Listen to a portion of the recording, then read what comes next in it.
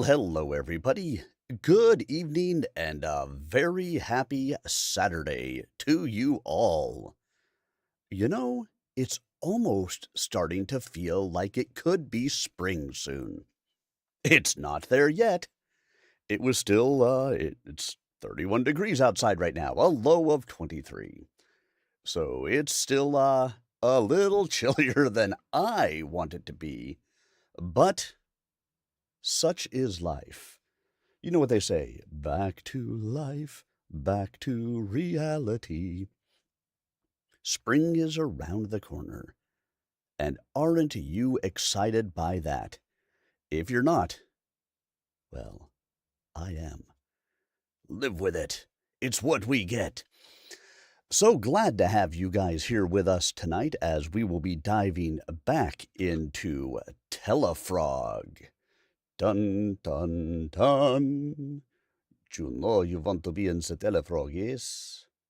I don't know why I'm in this accent, because there is nobody in the book who has this accent. Not at this time, at any rate. Um, so last time around, we read through chapters 9 and 10, and a gigantic tornado came through. It's always sunny in Westeros. Hello, hello. A gigantic tornado came through, and, of course, our protagonists were safe because they get to be under magical protection. But the church mission, not so much. So after the tornado has gone by, Raileanu charges Arteris to go and check out the mission because he can magically move himself there and make sure that everything is okay, because the father at the mission had been hurt previously by some attacks from Mexican soldiers. So Arteris makes his way over there. He magically moves most of the way along to the mission and happens to get spotted by a Comanche scout. He disapparates, or however it is that we're describing it in this one, and makes his way to the mission, checks on the father. The father is stuck in his little cell of a room because the door that they put in has swelled shut. But the father is okay. Arteris helps to open up the door, and shortly after they open the door, they hear the sounds of Comanche warriors making their way to the mission. And, well, they have an issue with the father and with magic and with all of that kind of thing. So they make their way in. Arteris and the Father Callius, lock themselves into the cell of the room once again, and Arteris decides that he needs to send his owl out to make sure that Raileanu knows what's going on. So he does so, but in opening the door, he ends up making some noise, drops his wand outside. The Comanche have now figured out where they are, and his owl gets away. We assume. We don't follow the viewpoint of the owl, so I assume the owl got away. And the Comanche come and work on busting down the door. Before Arteris could get the door closed, he was shot twice with arrows, one in the gut, one in the arm. He knows that things are not going to go well for him at this point. His wand is lost outside the room that he's closed himself back into.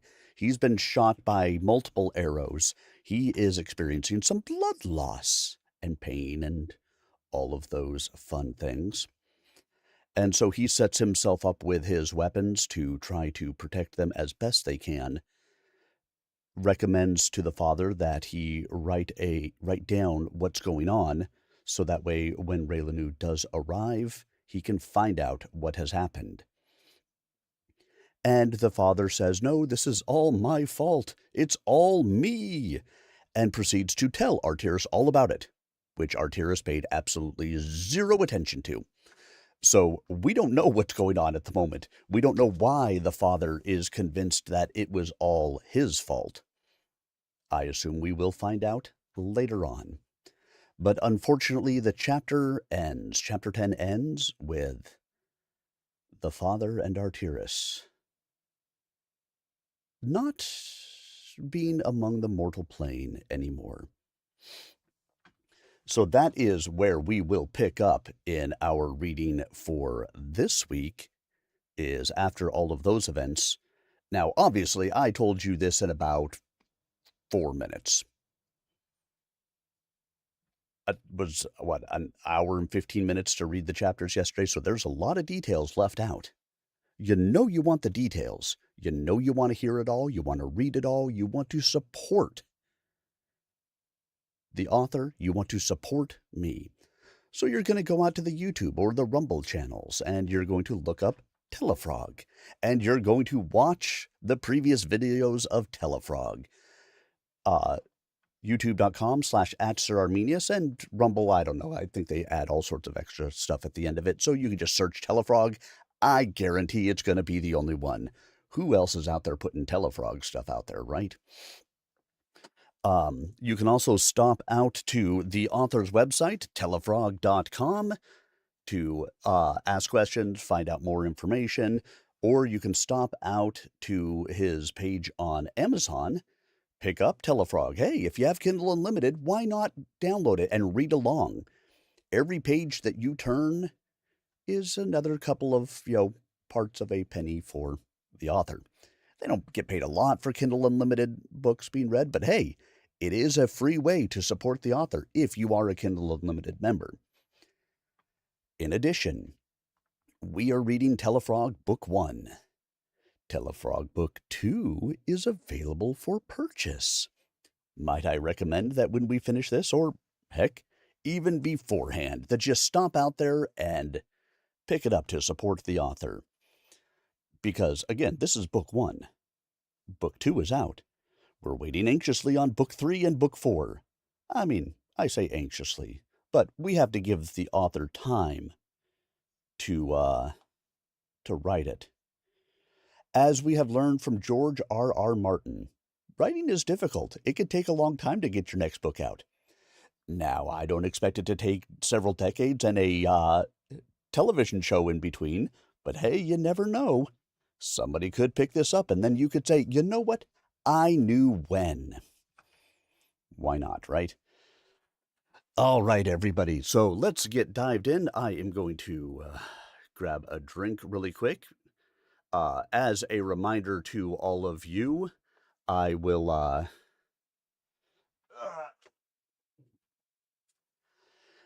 be recording these. All right, should be done in Amazon by the end of the summer. All right.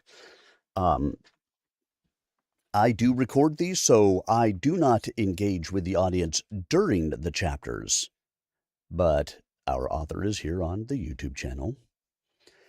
You are welcome to engage with him or each other across the various platforms and be able to ask questions and support each other. I will be happy to engage in between chapters and answer questions and give you my perspective on everything as we go forward. So if you see me not engaging, well, that's why. Because I'm reading. And engaging in the middle is great for you. Doesn't do a lot of good for the people who are viewing it later on. So we'll stick to the book. And, of course, if you miss any parts of it, if you can be here for Chapter 11, but you can't be here for Chapter 12, you can always stop out and view the recorded videos. I will have them posted later this evening for your listening and watching pleasure. If you can, if you would, like, comment, subscribe to the channel. All of those are ways that help to spread these books to a wider audience. These are all indie author books that I do. They could use all of the help that they can get because they don't have the large publishing houses behind them.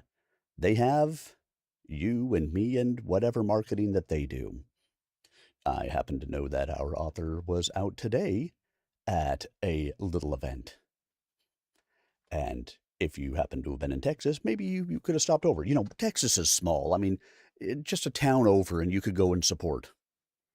Or Texas is like 13 hours from one side to the other. It's something like that. I forget. It's Texas. Anyway, I hope you guys are ready. So sit back, relax, and prepare to enjoy. If you happen to be in a cold place, get yourself a hot drink. If you happen to be in a hot place, get yourself a cold drink. Grab a blanket, put your feet up, and sit back and prepare to enjoy as we dive into this next section of Tellafrog by Torin MacRath. And we will be starting tonight in... I know, Texas is, just because it's bigger than like almost any country in Europe, that doesn't mean anything, does it? I say almost because I think technically Russia is in Europe. And Russia's a big country. All right, guys, here we go as we dive in, starting in Chapter 11. It was dark, and Artyrus should have been back by now. I went out to the front porch after helping Mama with dinner. We were waiting for him to eat. He'd been gone for over an hour. Even if the circumstances were bad at the mission, he should have come back for help. I was beginning to seriously worry.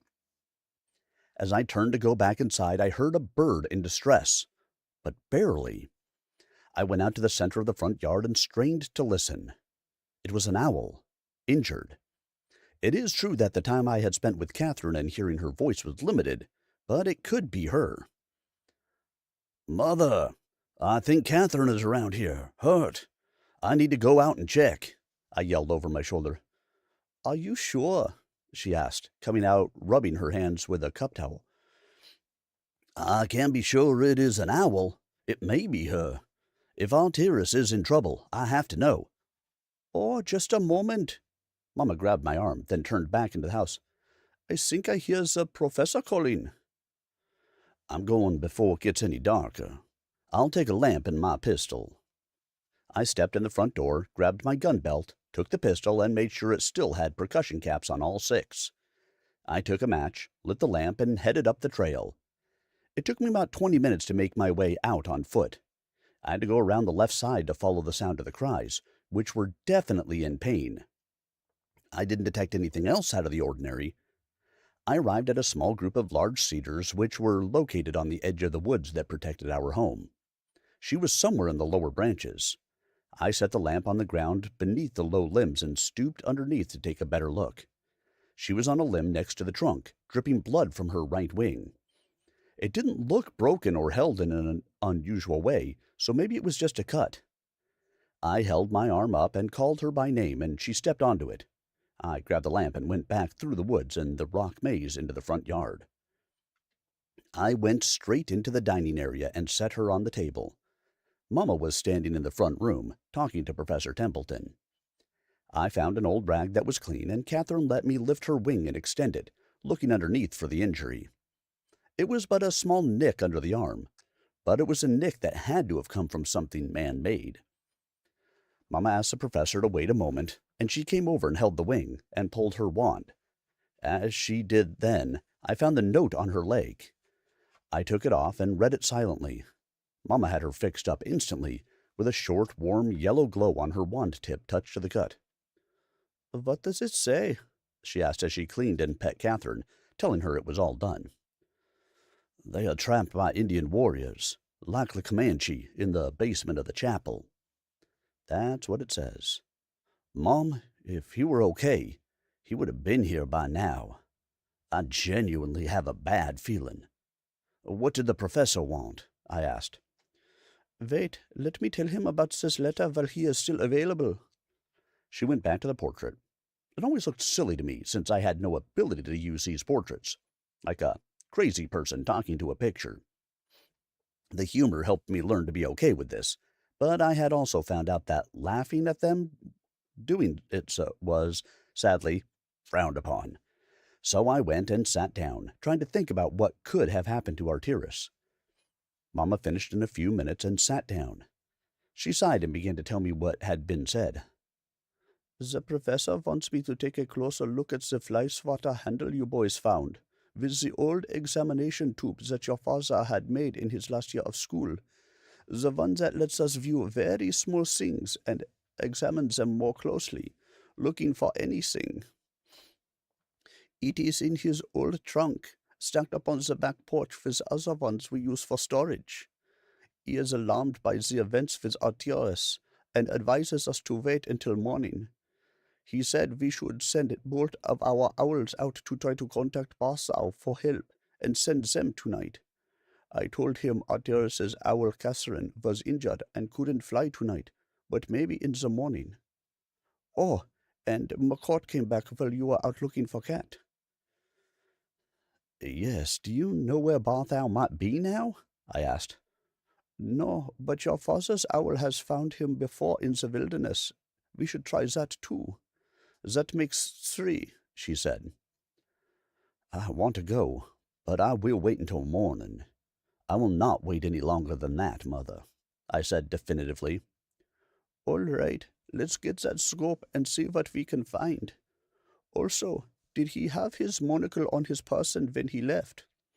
Yes, he never took it off after we got home the day before yesterday, since we could have really used it that day, I said. Oh, well, we will make do, she said. We got up and went out back, dug out the chests in the way, and got his old school trunk. I set it on my mother's planting table and dug around until I found it. We set up on the dining room table, and Mama made the lamps all as bright as they would go. I went upstairs, found the stick in Arteris's saddlebag, and brought it down. Mama took it and began examining it, inch by inch. After reaching the end with the wire-wound frame of the fly swatter end, she flipped it over and then jerked the metal end off. The wood of the stick looked the same, smooth ripples running in spirals all around it, and flat color. No light could reflect off of it. She made adjustments to the knobs and dials several times. It looks in the valleys of the grain to have nodules, almost like chicken skin, with a tiny filament protruding from the nodule centers, as a hair would from a paw. They were worn down below the peaks of the wood grain. She paused and sat straight up. They aren't hairs, son. They are remnants of root sprouts. This was the root of a tree, but I have no way of knowing what kind of tree. She went back to the eyepiece, now looking at the handle and end more closely. Yes, the very center of the handle of this is more fibrous in a linear fashion than the center of a tree's branch would normally is, but it is common from a tree root. She then looked at the end that had been covered by the swatter apparatus, and pointed the tip of the stick at the bottom of the scope tool she was using, fiddling with the wheels and knobs again. Yes, there is a single hole here, in the center, but no fibrous section at all. It is not much bigger than a human hair, but it is artificial. I honestly don't know how this even came to look like this. I haven't seen any normal, natural, magical, or ordinary process that would produce this visual result. I don't know what this is, she said with incredulity. While she worked on that, I penned 3 letters to Ranger Barthou, explaining as much as I could about the circumstances surrounding Arteris. I wound them tightly around, and with Mama's special stationery, it was practically invisible on their legs. Tied with her dark hemp string, it looked like little more than a bit of straw on its leg or foot. I sent McCord out and asked Mother to come speak to hers and Father's. Maybe it would help. She whispered to them and sent them off as well. It was all the help I could be, and it didn't feel like much. No amount of time in the territory, magic, or strength could overcome some of the many perils that populate our land, especially at night. She turned and looked at the portrait. "He is still there. Let me speak to him for a moment." She went to the painting and explained to him what she found. I got a pot of coffee ready, along with cups, and waited for Mamma to come and work her magic on it. After 10 minutes of their discussion, back and forth, she said good night and came over to me, sat down. She tapped it, and within a minute the aroma of perfectly brewed coffee emanated from the spout. It's a lot easier than doing it over a campfire, overboiling it, and cleaning out the egg white. It's the simple things, really. "What did he say?" I asked as I poured the coffee for us. "Son, he isn't sure, but he said he might know someone who could help. He should know by the time the sun comes up. Honestly, I don't know when he has slept in the last 2 weeks. He's doing his best." She was saying and almost sipped black coffee. She sat it down and gave it a quick fix-up. Cream and sugar instantly swirled into it. "So that's it.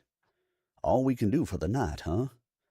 "Yes, but I did instruct our 2 owls to come wake me if they found him, so it is everything we can do." She was right. So we finished our coffee, finished the work around the place, and I even took time before bed to brush the horses again. When it became clear that I was overtired and the owls weren't going to be this lucky, I went ahead and washed up from chores and went to bed. Their small convoy had traveled without incident or notable event that first day from Koenigsee to Pitten, and had stayed in a small villa slightly east of the town, a residence of the regional minister who was in Italy on official business. The staff were very happy to welcome them, and even before daylight had all the horses tended to, drivers and soldiers fed, and they were all waiting on Monica and Clement's family to be ready to depart. Traveling in the heat of summer, most places are quite uncomfortable, but the cool breezes that made their way down past snow-filled crevices made this trip more pleasant than most. They left at about 8 o'clock in the morning, hoping to reach Kottenbrunn, where Clement's mother still lived. They would hopefully arrive in the early afternoon, as the roads were relatively manageable from here on to Vienna. He was also looking forward to spending the whole evening with his mother, visiting his eldest brother and his wife. His boy was also very excited to see his grandmother. The carriages stopped at midday at a small meadow next to a beautiful stream, after crossing the bridge over it. There they set up a picnic, and while they set up to eat, Monica went down to the stream.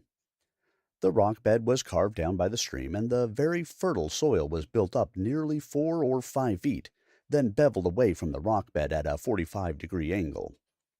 Large gray rocks littered the stream bed, and Monica went to one as large as a couch, took her boots off, pulled up her slacks, and walked to the stone and sat on it, feet in the water. This was fantastic. The sun was on the hotter side of warm, but with her feet in the crystal-clear stream of cold water, it couldn't be more perfect.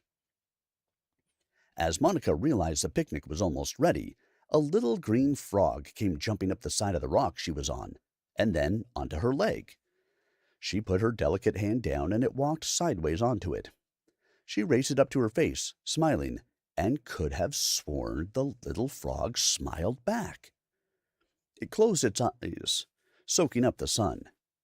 Just then she really hoped Raileanu was okay, and was glad she was going to a safer place. She gave it a little kiss and set it back down, as they were waving at her to come eat. Maybe there would be a portrait she could use at the overnight halt so she could check on her own little frog. Professor Templeton had worked into the night, even before hearing the several messages from Mrs. Tellafrog about Artyrus and the descriptions of the stick he had asked them to inspect closely. He recorded them in the book and decided to research further in the morning. Again, it was not to be. This time, Cleet shook him by the shoulder to wake him. Grabbing his glasses from the chain around his neck, which he had attached after his first encounter with this incredible man, and fumbling them on, he gave a shocked look of terror to Cleet. "Oh, my God, Cleet! You are making a habit of terrifying me," he gasped at him, clutching his chest. "Two incidents cannot accurately graph a habit. Besides, sir, there are important matters to discuss. May I sit?" Cleet stated. "Oh, yes, please do." The professor waved his hand around to the seating area, which consisted of 2 chairs. Cleet sat bolt upright, staring intently at the professor. "What your friend has found that was disguised as a fly swatter is in fact a root wand. It is a very old technique dating back to our time. You have not found any helpful references on the subject because it is one of the crafts we removed from the world when magical people were just pawns of the most brutal humans. They cannot be fashioned by any living creature from a knowledge base we are aware of. It is not something that is practical for anyone. It is imperative that they return it to you, whereby I will take possession and properly destroy it. Moreover, it is possible to determine its origin. It is our responsibility to resolve that as well. We will stay in contact, Professor. While I know you may have many questions, your service to the world in these matters will demonstrate your worth in any further endeavors. You know we refuse to spend time among your people, which does not benefit us. I can say this may benefit your people as well." The professor sat straight and attentive as a student, eyes wide, intentionally refusing to even blink until Cleet was finished speaking. So when he did finish, the professor blinked, and Cleet was gone. The chair where he had been sitting was still turned slightly toward the professor. He spotted something on the red fabric of the chair, so he went and leaned over, adjusting his glasses for focus. And there it was. A pure white hair, maybe a foot long, perhaps fallen from Cleet's coat. Well, at least, the professor thought, I'm not going mad. He had begun to worry that some of it may have been imagined due to the long hours.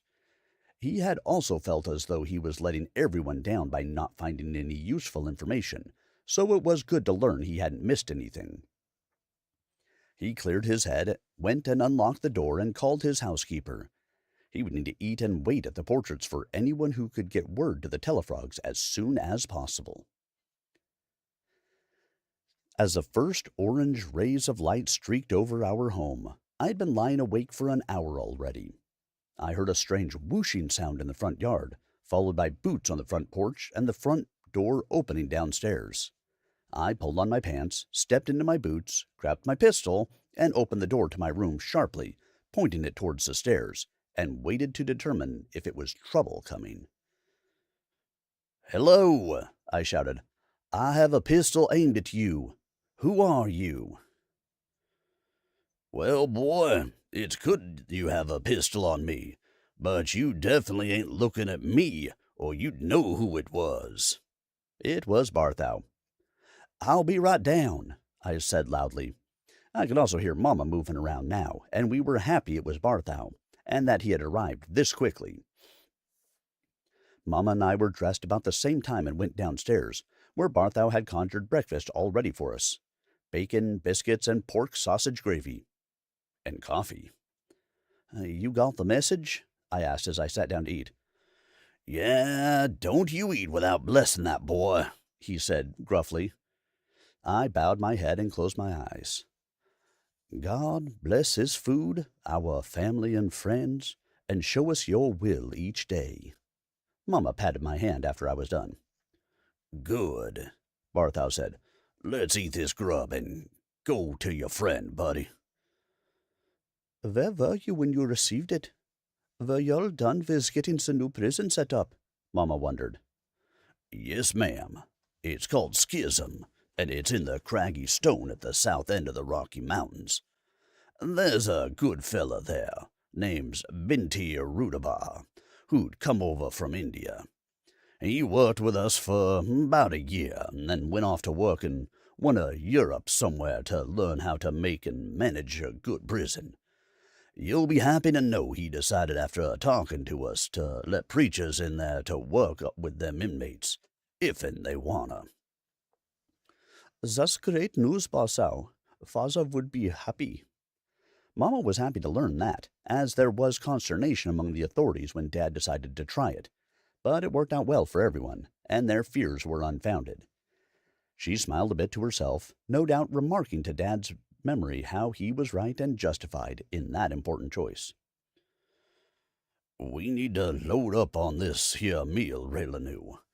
I checked that you had the horse here still, and one for me as well. I can take Artyrus's horse and make our way over as quickly as we can.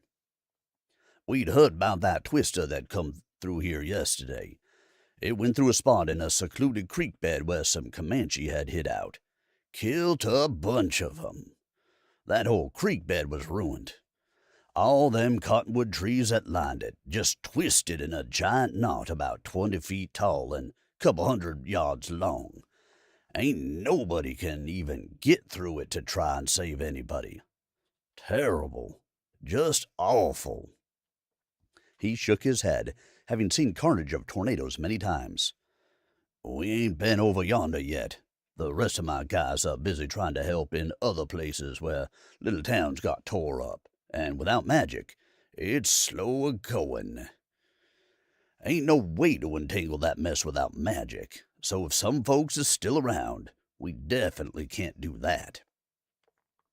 Mama looked over my shoulder towards the portraits, and she excused herself and went to Professor Templeton's. Bartholomew and I had finished up, and he scraped all the leftovers onto a plate and whistled, and Bandos came running from somewhere out in the rock maze. Bartholomew set the plate down for him, and Bandos's tail was swinging wildly in thankfulness. Mama came back over and said that the professor told her that the stick was an important clue. It was a root wand, which is ancient, harmful magic, and he needs that to be secured and returned to him. I told him I would seal it in a hex jar, and that you two were going to go check on Father Callius and Artyrus. He asked if the root wand could fit in the bag that Clement gave you, and I explained it was only for copper. Which reminds me, little frog, your father has a small pile of raw copper he found out back. Not much, but it may help you. It's always been in my way, really, so please use it. Little frog, Bartholomew stated, let's get them horses ready and get going.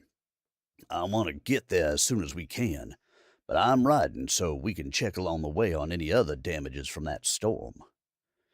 You boys go on. I'll get this cleaned up and we'll spend most of the day in my new gardens, Mom said. By the way, Mother, it was John's owl that found me. Bartholomew leaned back, still chewing.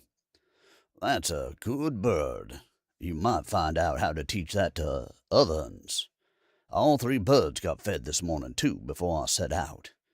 They out front. Bartholomew and I walked out to the stables and got ready to leave in about 20 minutes.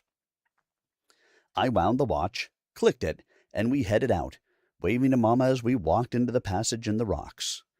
When we cleared the woods and turned towards the mission, Bartholomew said, I have a charm we learned from an Apache medicine woman to let us ride these horses at gallop for a whole hour without it causing trouble for them. We should wait and use it at the halfway mark on the road. How does it work? I asked. Well, we take these little branches of green sage, cast a charm on them that makes 'em smell like chocolate.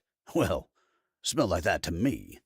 And it also make 'em swell with spring water once a horse gets them into their belly. Pretty good idea.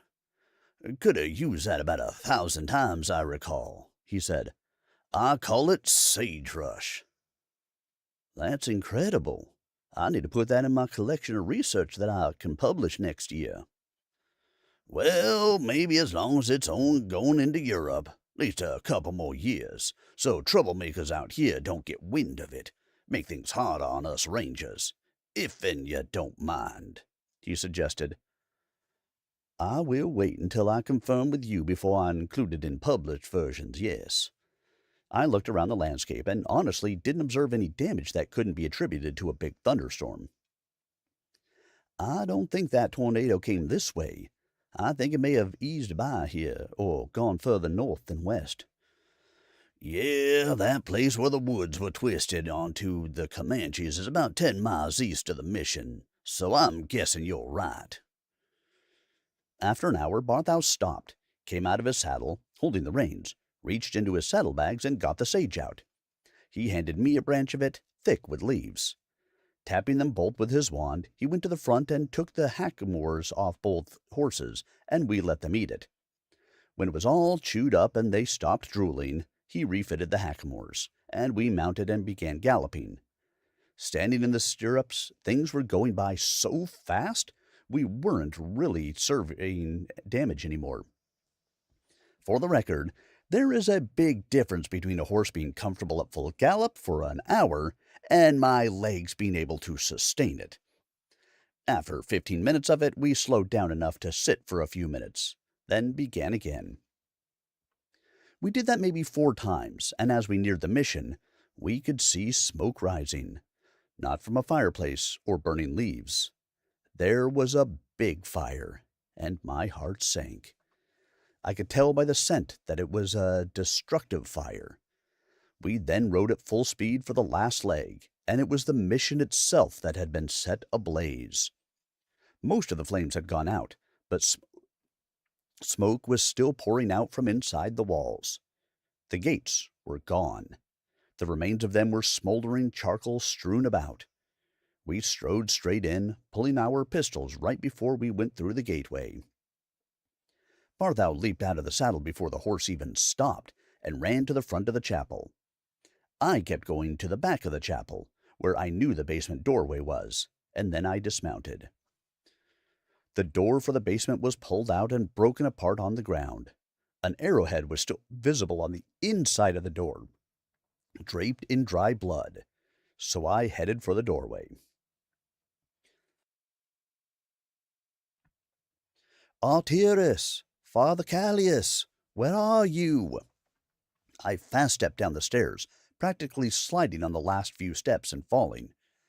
I braced my forearms on the walls of the stairway as it opened into the room.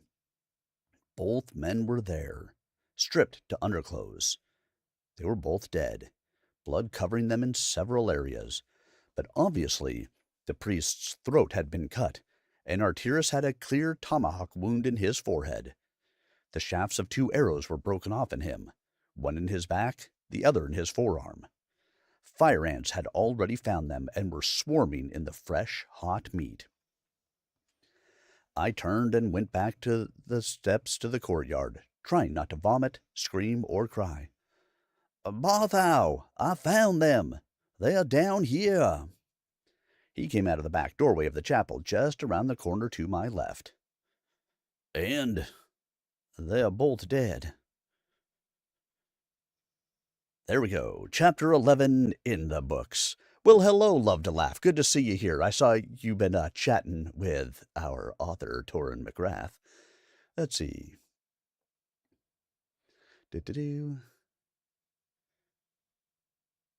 You have some good news about your DB? Yay!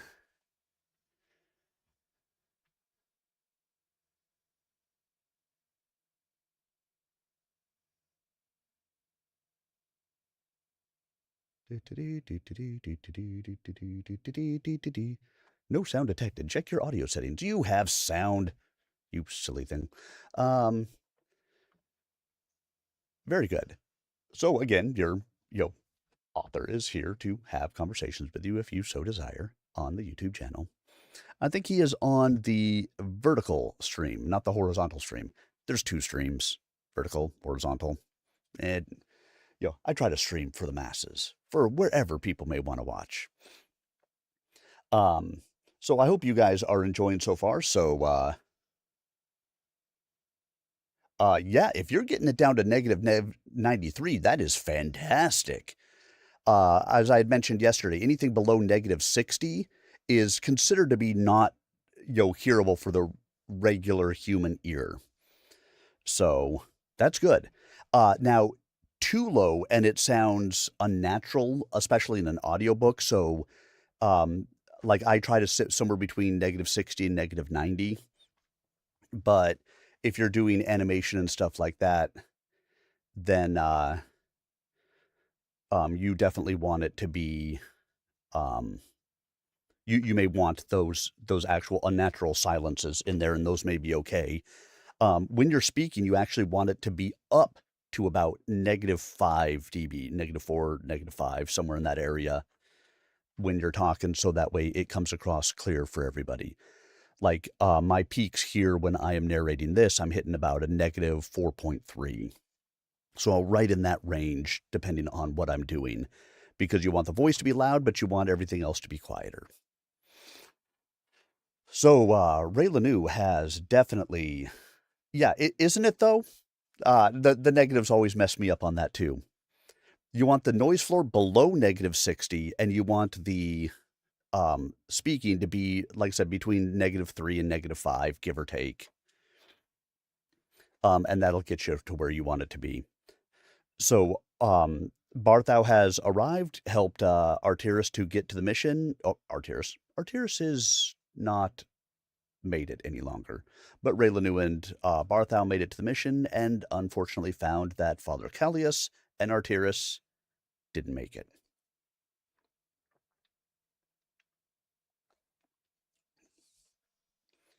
So, let's go ahead and continue, shall we? Excuse me. We are going to jump back in now with Tellafrog. Chapter 12. Barthou went to the door, inspected the arrowhead, and then went down. After close examination, he stood. Yep, that's Comanche. I wandered away to the far end of the yard, leaned my back against a mimosa tree trunk, slid down, and sat on the ground. I know coming last night, I would have died as well. My mind was whipping from shoulda to coulda to why didn't I? I should have known. The smell of their bodies was so heavy now, but everything in the mission was burning. I suppose, which had distracted me. I suggested Arteris go and try to help or protect Father Callius. Is this my fault?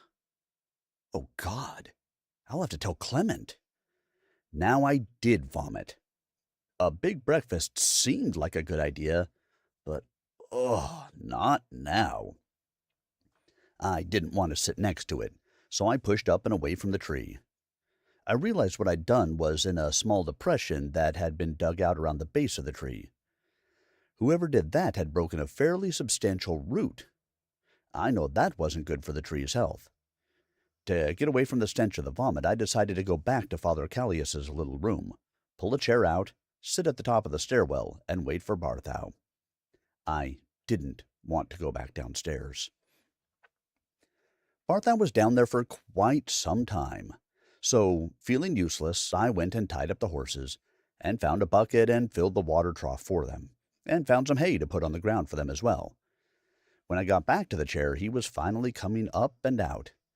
He went into the quarters and got himself a chair, sat down, and put his head in his hands, took off his hat, threw it on the ground. Son, this is bad. We are going to have to clean this here place up and send word to Father Lorenzo. He will have to decide whether to keep this place open, or if and just leave it abandoned. Y'all told me you'd sent word, and some other priests or workers are on their way here already. I can find 'em and turn 'em around, maybe. They can't witness all this mess here regardless. He just rubbed his forehead. Arteris, I can bury him at home, for now, but he can't stay here, I said, staring off into the distance. He only had one magical item on him, a goblin-worked monocle. It was beautifully made, but of no use to ordinary people. It allows magical people to detect traces of magic work.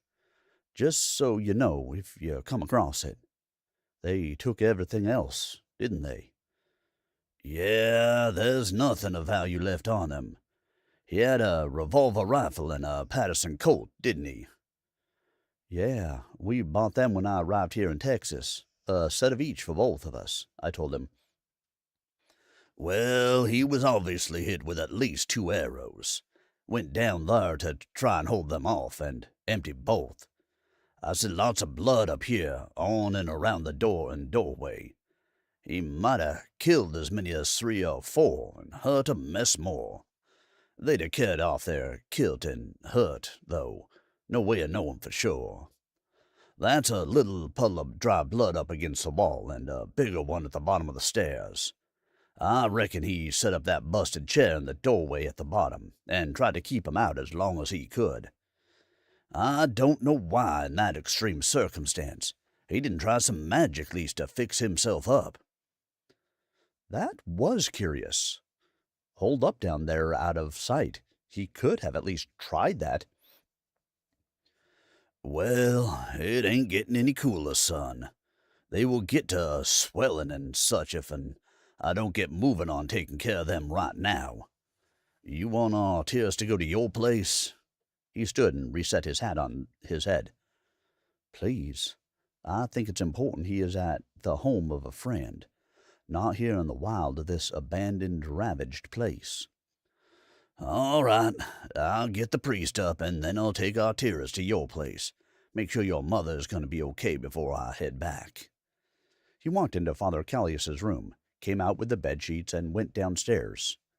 A moment later, both came out, floating waist-height, wrapped neatly in the sheets, and came to rest on the ground. It was easy to know which was which, as Artyrus was a foot taller.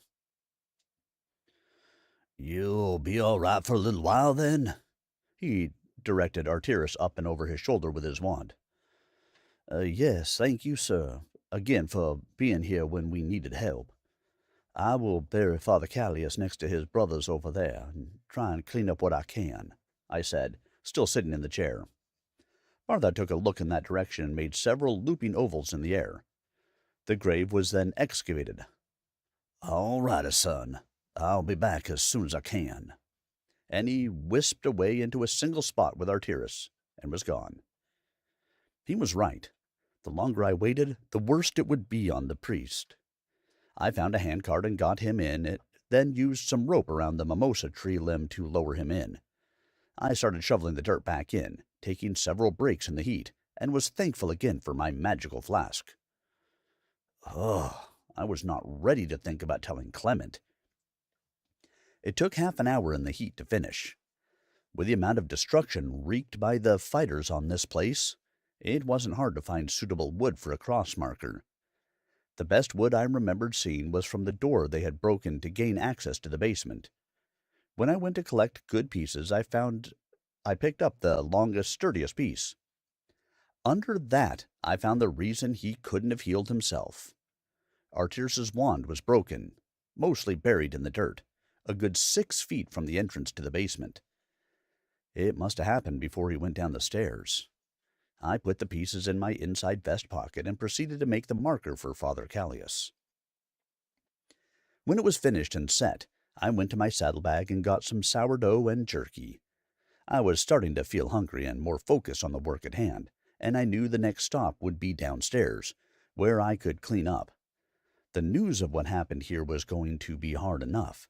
Seeing evidence of it would be a hardship for any new men of God, making them useless to anyone. After finishing my meal and having a few more drinks from my flask, I was ready to head down. First, I went and found their bucket of lye and an old worn horsebrush. I got another bucket half full of water and took them downstairs. I set them down on the floor and had a good look around. Strangely, they didn't seem to care about the books, papers, and scrolls. They were messed up, not destroyed.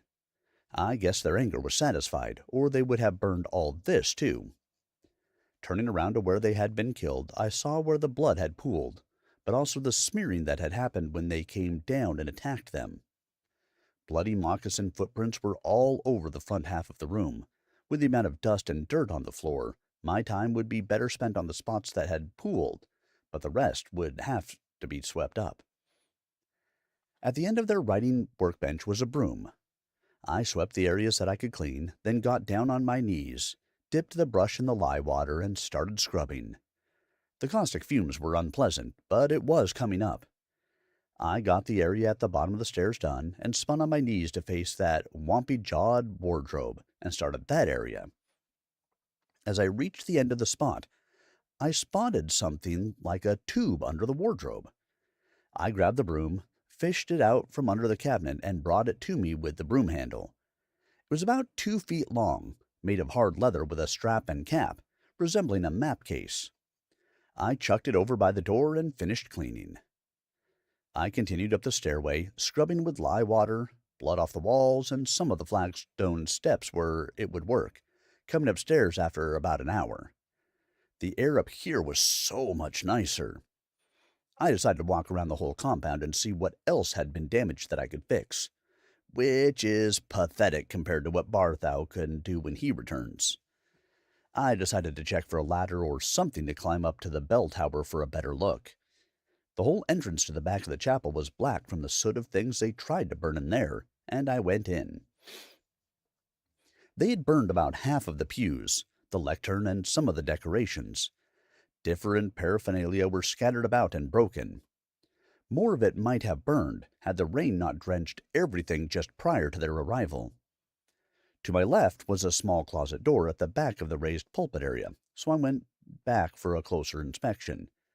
It appeared that they had thrown lamp oil on the wooden floor here and lit it on fire, but it was mostly just charred on top, with a few gaps burnt into the spaces between the boards, in all likelihood where the oil had run down between them and dripped through. As I walked on them, which I had never been to before, the hollow sound beneath the floorboards sounded deep. I assumed this was built on a pier and beam floor, which isn't usually more than a foot or two off the ground.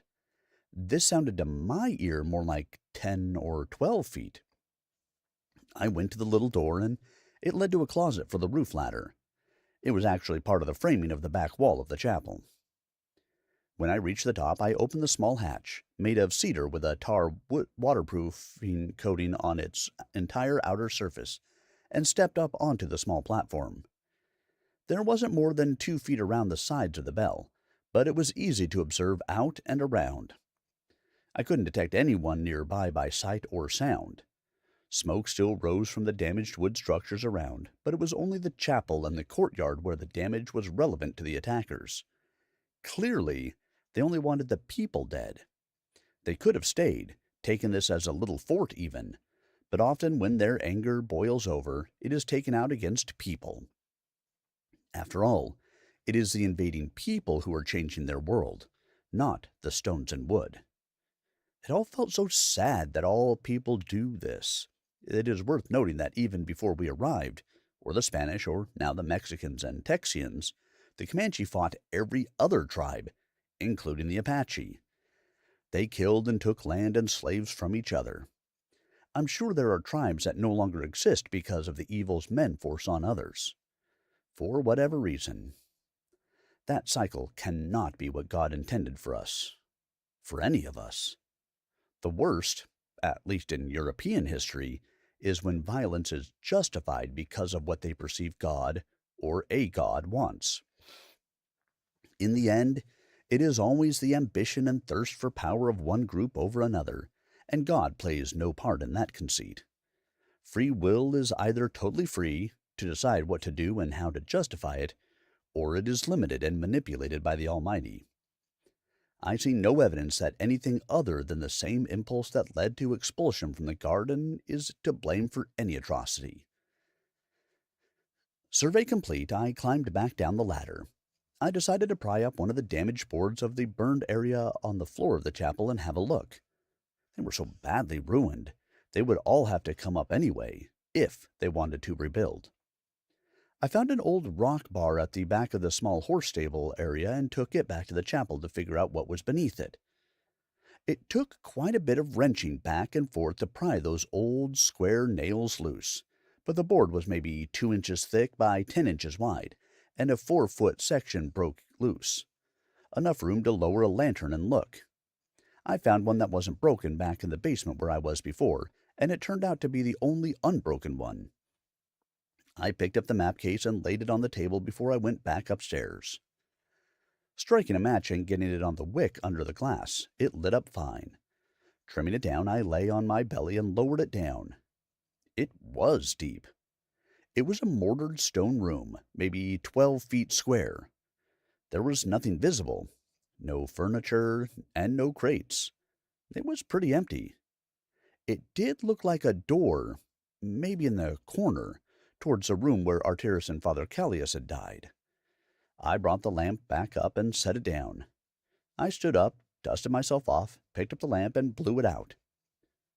"Raileanu, you around?" It was Barthou. I was glad and went out to see him. "I got the blood downstairs cleaned up. Father Callias is buried, too." "Good. Your mother said she suspected something bad happened when he didn't return last night. She is all right. She's telling the professor now, and will tell Mr. Metternich when he arrives in Vienna.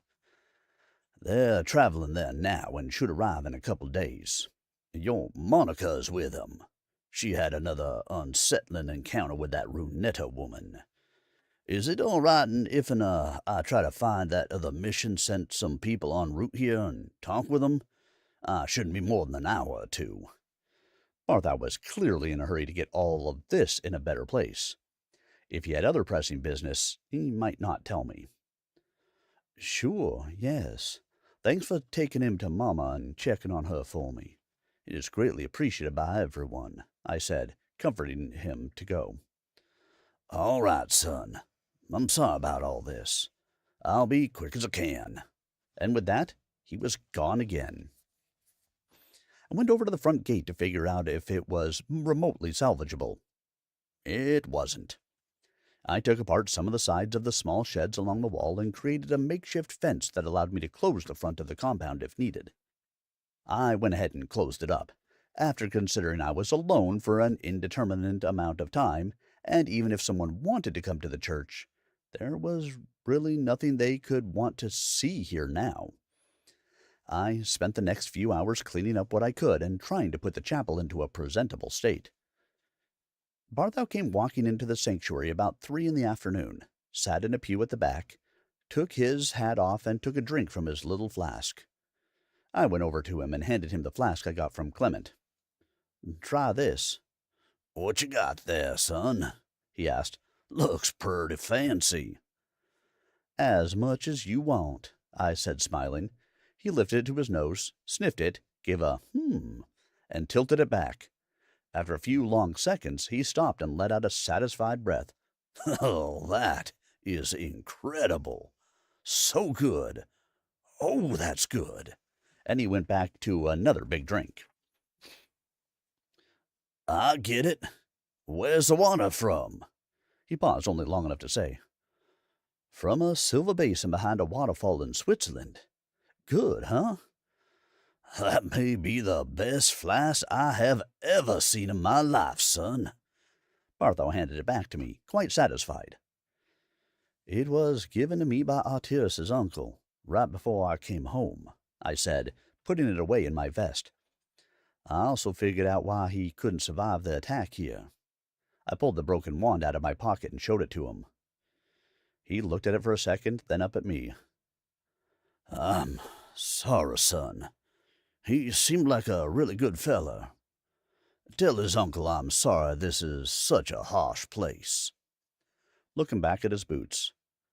"You neither should feel guilt, son. I know you'd have died as well. None of us know God's plan, and don't ever let anyone convince you of guilt, if you're sure you'd done everything best you coulda, with the situation and knowing you had the time of troubles. Besides, I know what Artyrus would know, too. You, your ma, Father Callias, y'all good folks, and for a soldier, standing between danger and those you care for is all that matters. The big J.C. said it, too. No greater love is there than to give your life for your friends." Well, break is over. I found 'em on the trail, after speaking with Father Lorenzo to start with. They're only a couple hours out, plan on showing up here tonight. Father Lorenzo got all the details, thought for a moment, and said to go on and clean it up. He had told them that Father Callius was very ill before they left. They were going to be ready for him to have passed, so we'll spiff the place up for him. I told them we'd come across him already passed away and buried him. They don't need to know all this grisly business, as I also looked in briefly on the Comanches who were involved here. They had lost all but one baby girl and one squaw. I saw only 4 braves, and they've already gone approximately 40 miles due west. They ain't coming back here. He slapped his knees as he stood up and walked out the front door of the chapel. Once out front, he crossed his arms and looked around. He tipped his hat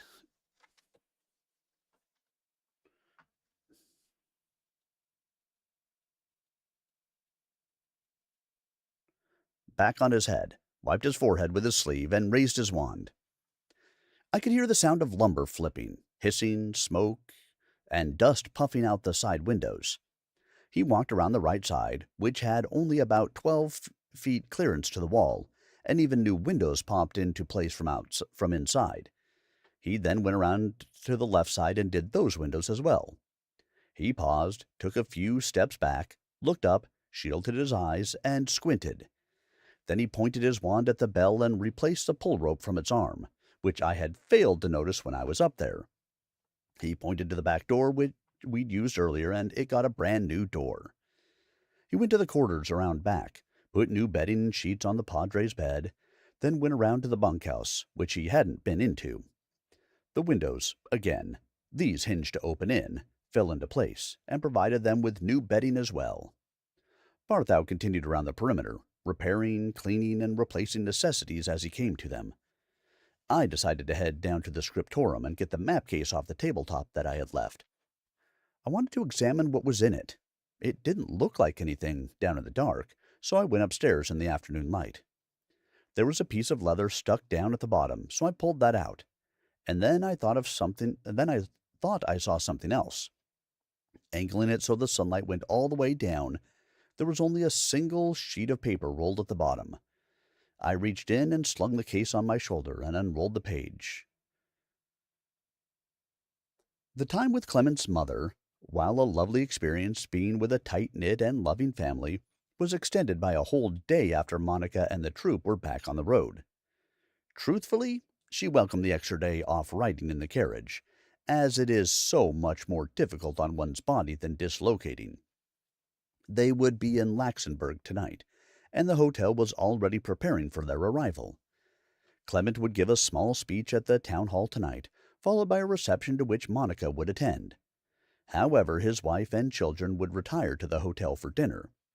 The meeting was intended to discuss increased seed stock for local farmers and the government's plan to build a grain mill on the river, which would operate at no cost to the farmers, except for a 10% claim on the milled product.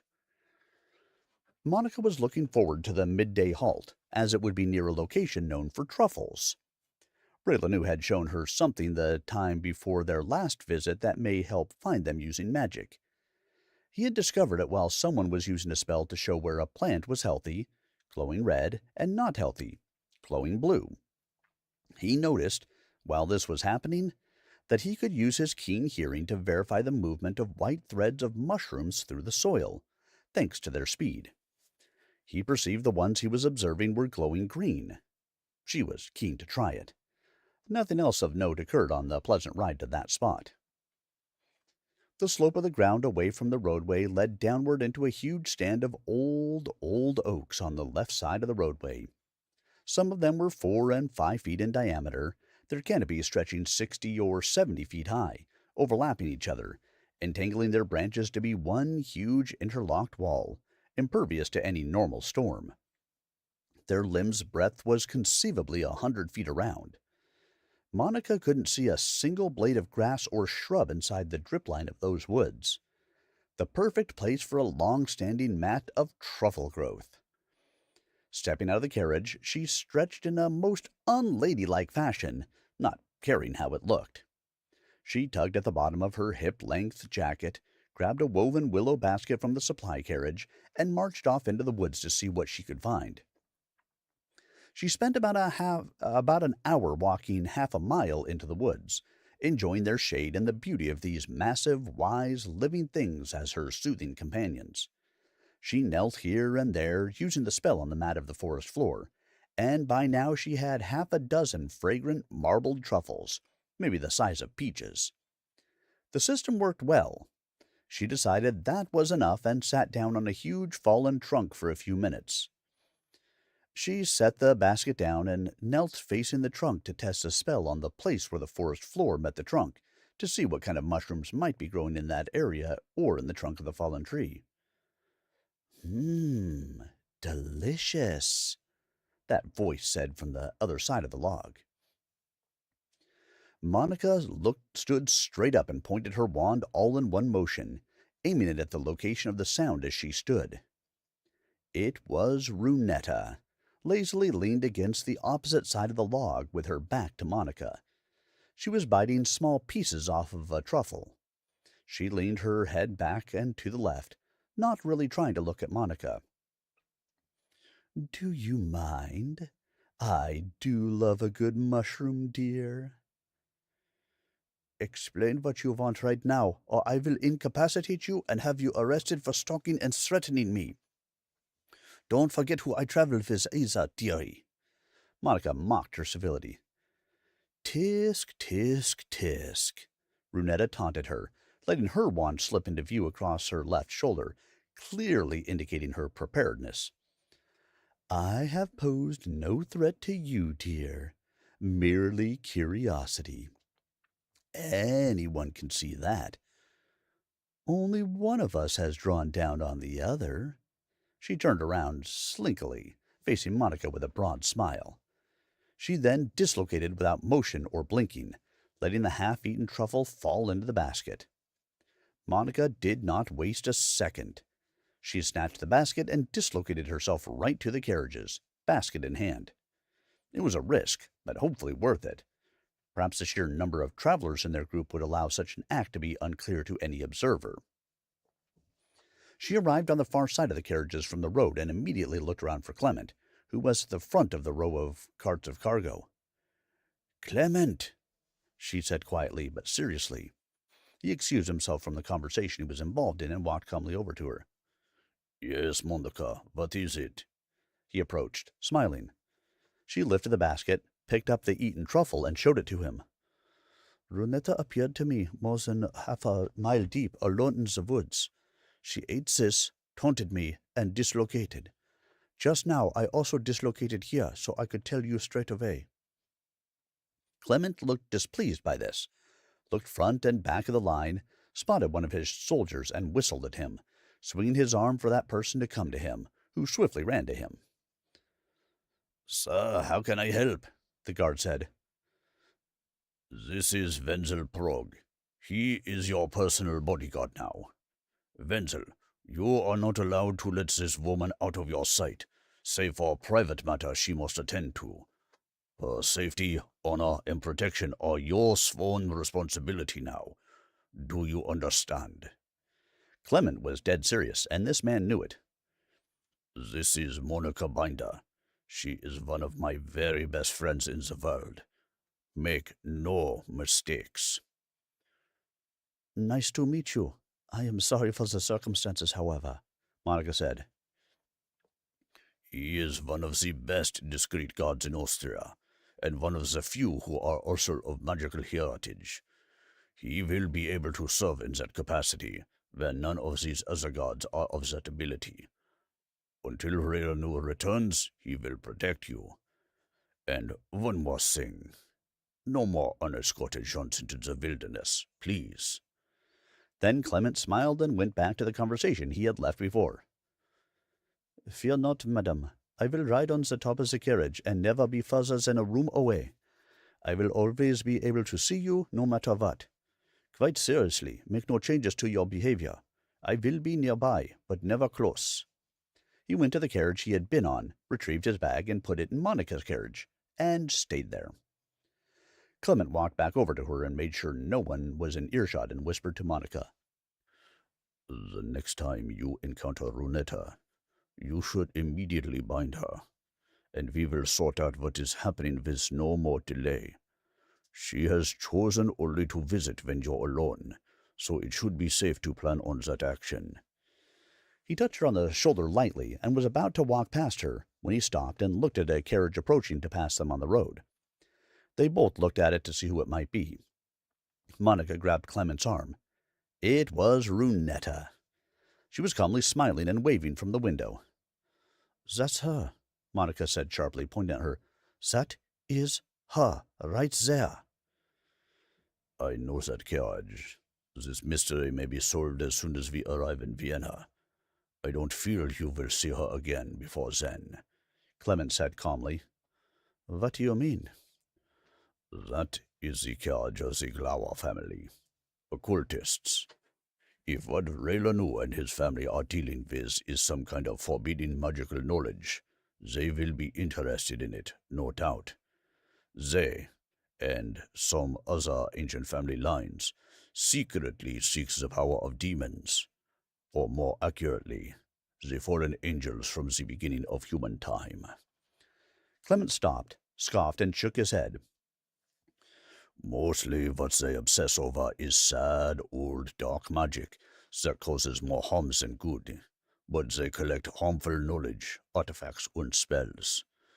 If they are sniffing around, they suspect it is more than an illness, and what we know so far is that it was not some unknown mortal illness. We may be able to gather enough evidence to convince them it is nothing of interest to them, and she may just stop looking." Clement looked hopeful now. Maybe. The remainder of the trip was uneventful, and that woman, Runetta, didn't appear again. After an hour's rest at the last hotel of the trip, Monica left with Clement to the other side of the town and into the church building for the meeting. There were already 50 or 60 townsfolk inside, including the burgomaster and his chief of police. Upon seeing Clement enter, they both walked briskly to the entrance where Clement was shaking hands, and interrupted the greetings. Monica overheard them speaking, as she had already sat down, and they stopped abruptly and looked at her. They were portly men, with wide, waxed mustaches and great, round cheeks. Both dressed for the occasion, the burgomaster in his best suit, hair combed over with some kind of oil to hide his large, balding spot on top of his head. The police chief, in his uniform, with a cross-chest patent leather harness for his pistol belt and a dark blue jacket and pants, along with new shoes. Briefly, it struck her as comical, the first moment of levity of the day, but neither looked to have put those clothes on in some time, perhaps 50 pounds worth of time. The police chief hustled everyone away from their little conclave, then pointed at Monica. "Do you know this woman?" The police chief tried to say with force, but whispering, and Monica could see he was profusely sweating now as he asked in earnest. "Yes, she is my assistant," Clement came up with quickly. "Can she be trusted to be discreet?" The mayor then asked, looking at her, wiping his own head with a handkerchief to control sweat. "Sir, would she be my assistant if she was not capable of discretion?" he responded, staring him down sternly. The burgomaster glanced back at her and then shook his head as to say, "Oh, of course. Yes, yes." "Now, what is it that has you two behaving like this?" Clement demanded, feeling his already long day stretching further out. The police chief pulled a small rag out of his pocket, unfolded it, and showed it to Clement. It was a black and oozy potato. Once Clement had seen it, he wrapped it back up and put it back in his pocket. "The whole store of potatoes that was stored in the warehouse barn you passed as you came into town was found this morning. Then late this afternoon, a porter was storing some sacks of barley in it, and found them all like this. People are already saying witchcraft. Something must be done, counsel." The burgomaster was dead serious, and the chief was nodding as fast as he could, his cheeks flopping around like fish hung on the side of his head. Of course. May I ask you to go to the barn with some workers? Take those potatoes out to a safe place and burn them. They have a black slime mold. I have seen it before this very week in another town. Clement cleverly refused to give a name, so questions and rumors would have no path to follow. Since encountering this earlier, I have already ordered Imperial stores to be sent to replace those affected by this blight. Just let me know how many crates, and I will have them here before the first snows. You have my word. Clement grabbed the Burgermeister's shoulder tightly and gave it a little shake, then held out his right hand for a firm handshake to seal the arrangement, which was reciprocated.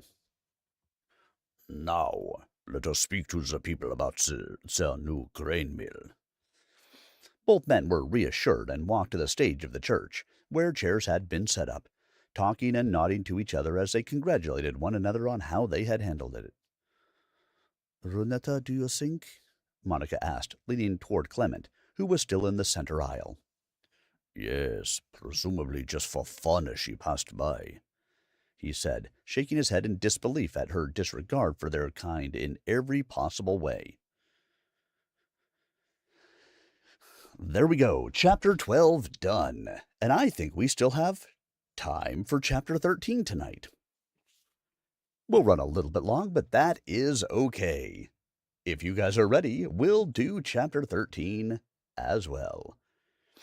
I think it's worth doing because of how I can already see Chapter 13 is starting, and it's information I want to know, and I don't want to hold over until next week to know it. So, Chapter 13, it is. And here we go. Chapter 13. This is what the letter said that I found in the map case. Dear Tellafrogs, after the troubles with the former Mexican army and the bandits, the rape and torture of the locals and several other nearby families, I prayed to God for some way to help. I prayed for a week and fasted every day of that week. I was kneeling in the fountain stone room behind the scriptorium, praying, when I felt a shock in my hand, as you might feel on a cold, dry day. In that moment, I felt that God was guiding me on how to help those in my flock. I put my hand back on that mossy spot next to the fountain stone, and it told me to dig up a tree's root and bring it to the fountain. I did. The next day I went to pray, and it had changed the stick somehow. I thought it was God who had done it. When Mr. Loggins came with his terrible story, I gave it to him to use against the bandits if they came back. I knew when you told me about what had happened to them, it had to have been that stick. I knew I shouldn't have trusted that. Leviticus 19:31. I turned to sorcery, and it defiled me. That mark spread up my arm and across my chest, just like it did John. Just like John and Mary Loggins. Whatever that was, it's in the room behind the big wardrobe. I covered the fountain stone with a cloth to hide it. That stone in the fountain was brought here in 1812 when a nearby farmer found it. No one knew what it was, but it didn't seem natural, so they hid it there. I used the room for solitude. I was a fool. All of this is my fault for not trusting God, but instead looking for signs and retribution. I am so sorry. Please forgive me. Father Callius. I was about to call Barthou over, and then I remembered what Professor Templeton said. If it were possible to solve this problem without allowing knowledge of this, now obviously some dark power, to spread, I should.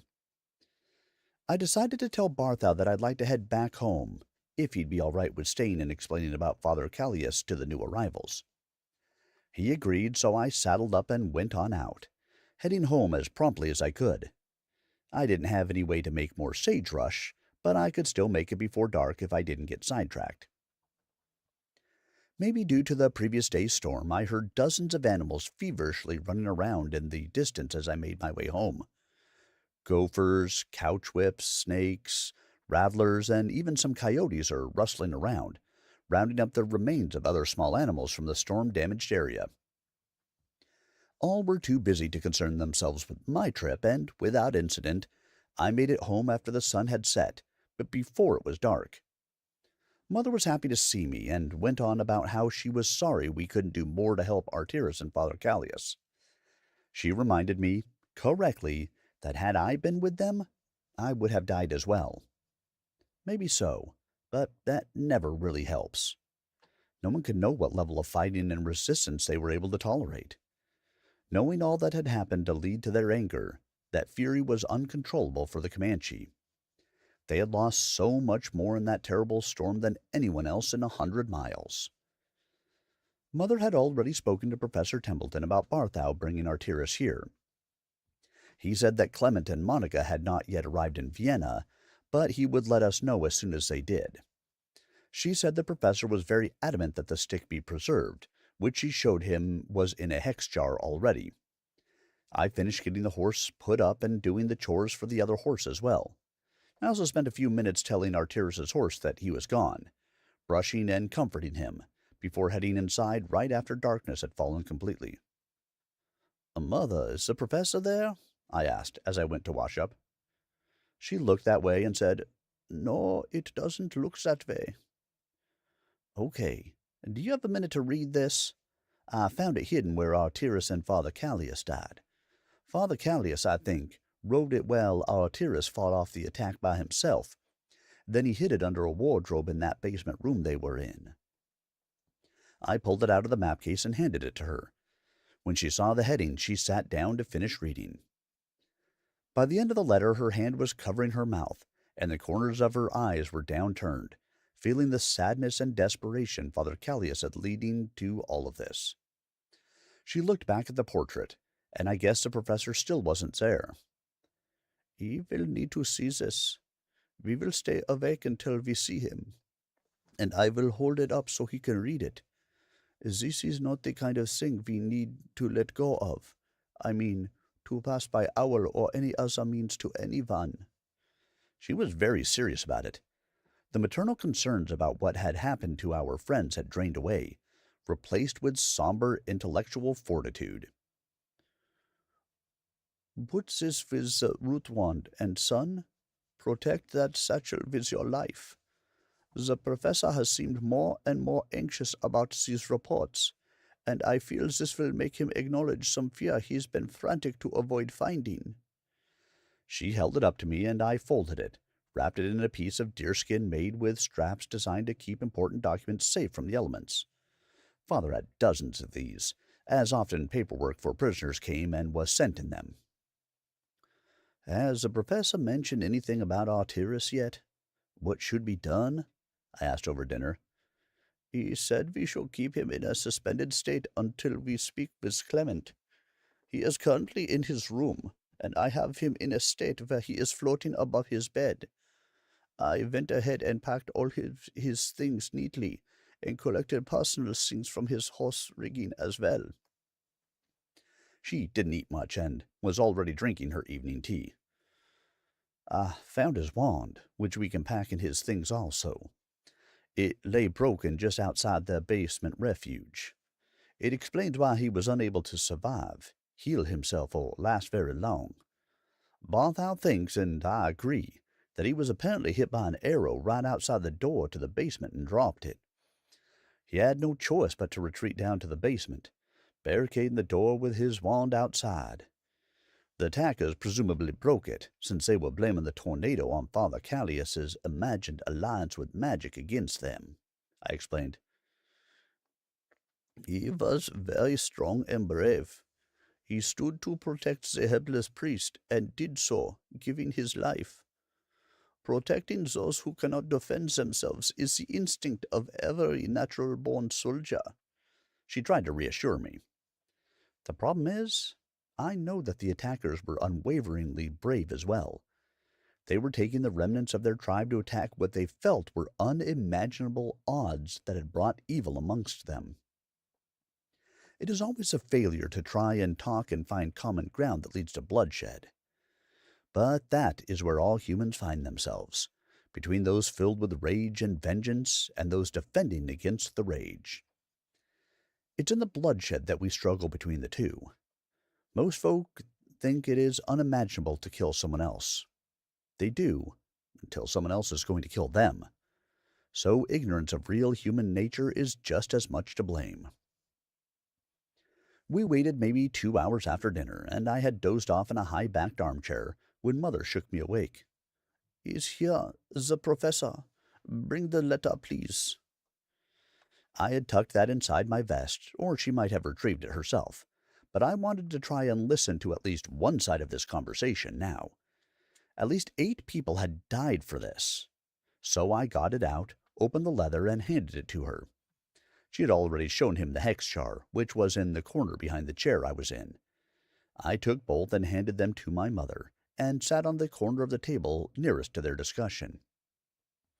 She held the jar up first, I guess to let him know it was still safe. Then she held the letter right on the canvas for him to read. A few minutes passed, then Mother gasped. "Professor, behind you, is that a—" She could barely breathe enough to say more, covering her mouth with her free hand. "What is it, Mother?" I tried, but only got a hand indicating for me to stop, so I waited. "Professor, he's gone," Mama said. She looked panicked, trying to peer into the professor's room. Then she turned to me, went pale, and a paralyzed expression flooded over her. I realized she was looking behind me. I slapped my hand on the pistol grip, stood and spun around in a single motion, only to be levitated and every limb and digit extended as far apart as possible without pain, before I even got turned around. "Please, Mary and Raileanu, I mean you no harm. Be calm," the voice said, and I finally got around where I could see what was happening.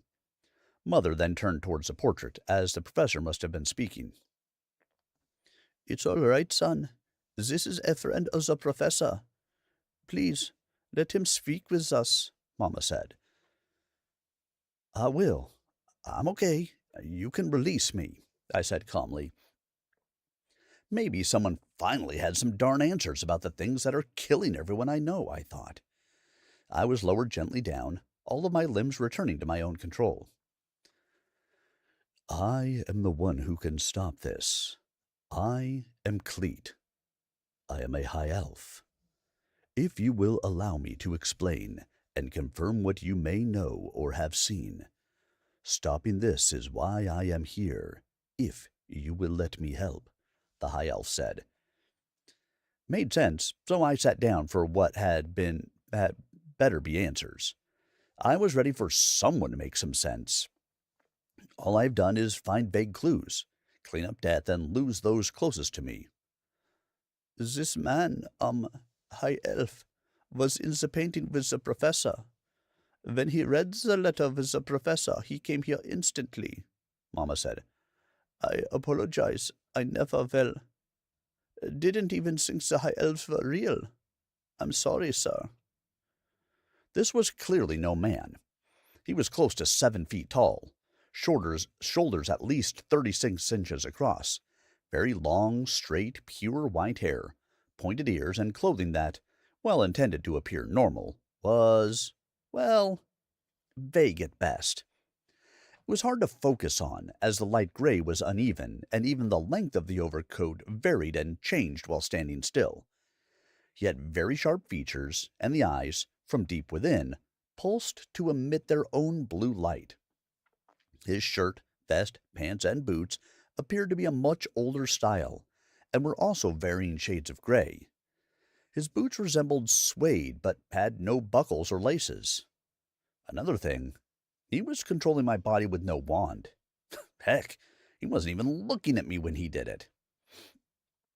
I sat down on the couch, ready to try to solve and whatever all this mystery.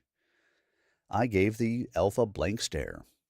Rare, mythical, unconcerned with the troubles of us or not for thousands of years, it was concerned now about what was happening with our circumstances.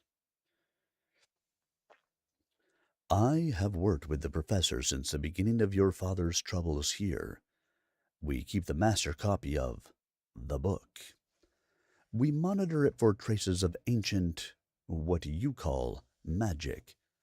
Some of it, after more than 13,000 years we have existed, has remained from that time. Some were not designed for good uses, but for harm. We collect and store knowledge. When we find traces of this ancient magic, or relics of that time, we retrieve or eliminate them so they can never be used again. What happened to your father, the root wand, the human lady and her husband, and even Father Callios being convinced to do it, they were all part of it, part of this system we are bound to destroy. The lack of emotion displayed must be part of their charm, but it was grating on me.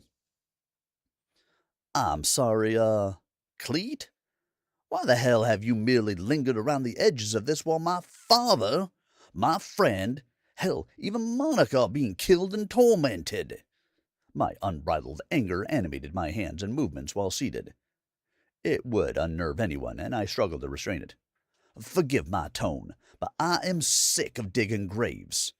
Please, I want to end all this. I'm upset. I spoke in an unfriendly manner, but not for a lack of trying to be polite. It just came out that way. We could not. You must understand. Unfortunately, with dangerous knowledge, there are always those, both magical and ordinary, who will seek to find and use it. Several thousand years ago, one of the books we designed to help us find these things was stolen. It cannot be read as ours, but when it is being used, the writing appears briefly and can be copied from it. The same as Professor Templeton's copy. Those who seek those forbidden powers have used this book before to try to trap us and collect these things for themselves. We refuse to engage directly or leave our sanctuary until we are certain of events and locations. For us, it is genuinely a risk to all life on Earth if we are captured or discovered. But these scattered remnants and the pain they cause are worth the risk. We must be certain before we can try and help. That is all I can say. The high elf never changed tone, stance, or cadence. As he spoke, I began to understand. From the beginning, the professor and Clement tried to tell me this was very important. All of this had happened in a short amount of time, and the professor's increasingly urgent tone was more obvious as I looked back now. I reluctantly shook my head in agreement. So, this, artifact, or whatever it may be, that you think is behind this, where do you think it is? I asked. From what the letter indicates, it may be in the room of the basement Father Callias mentioned. I think I know what it is.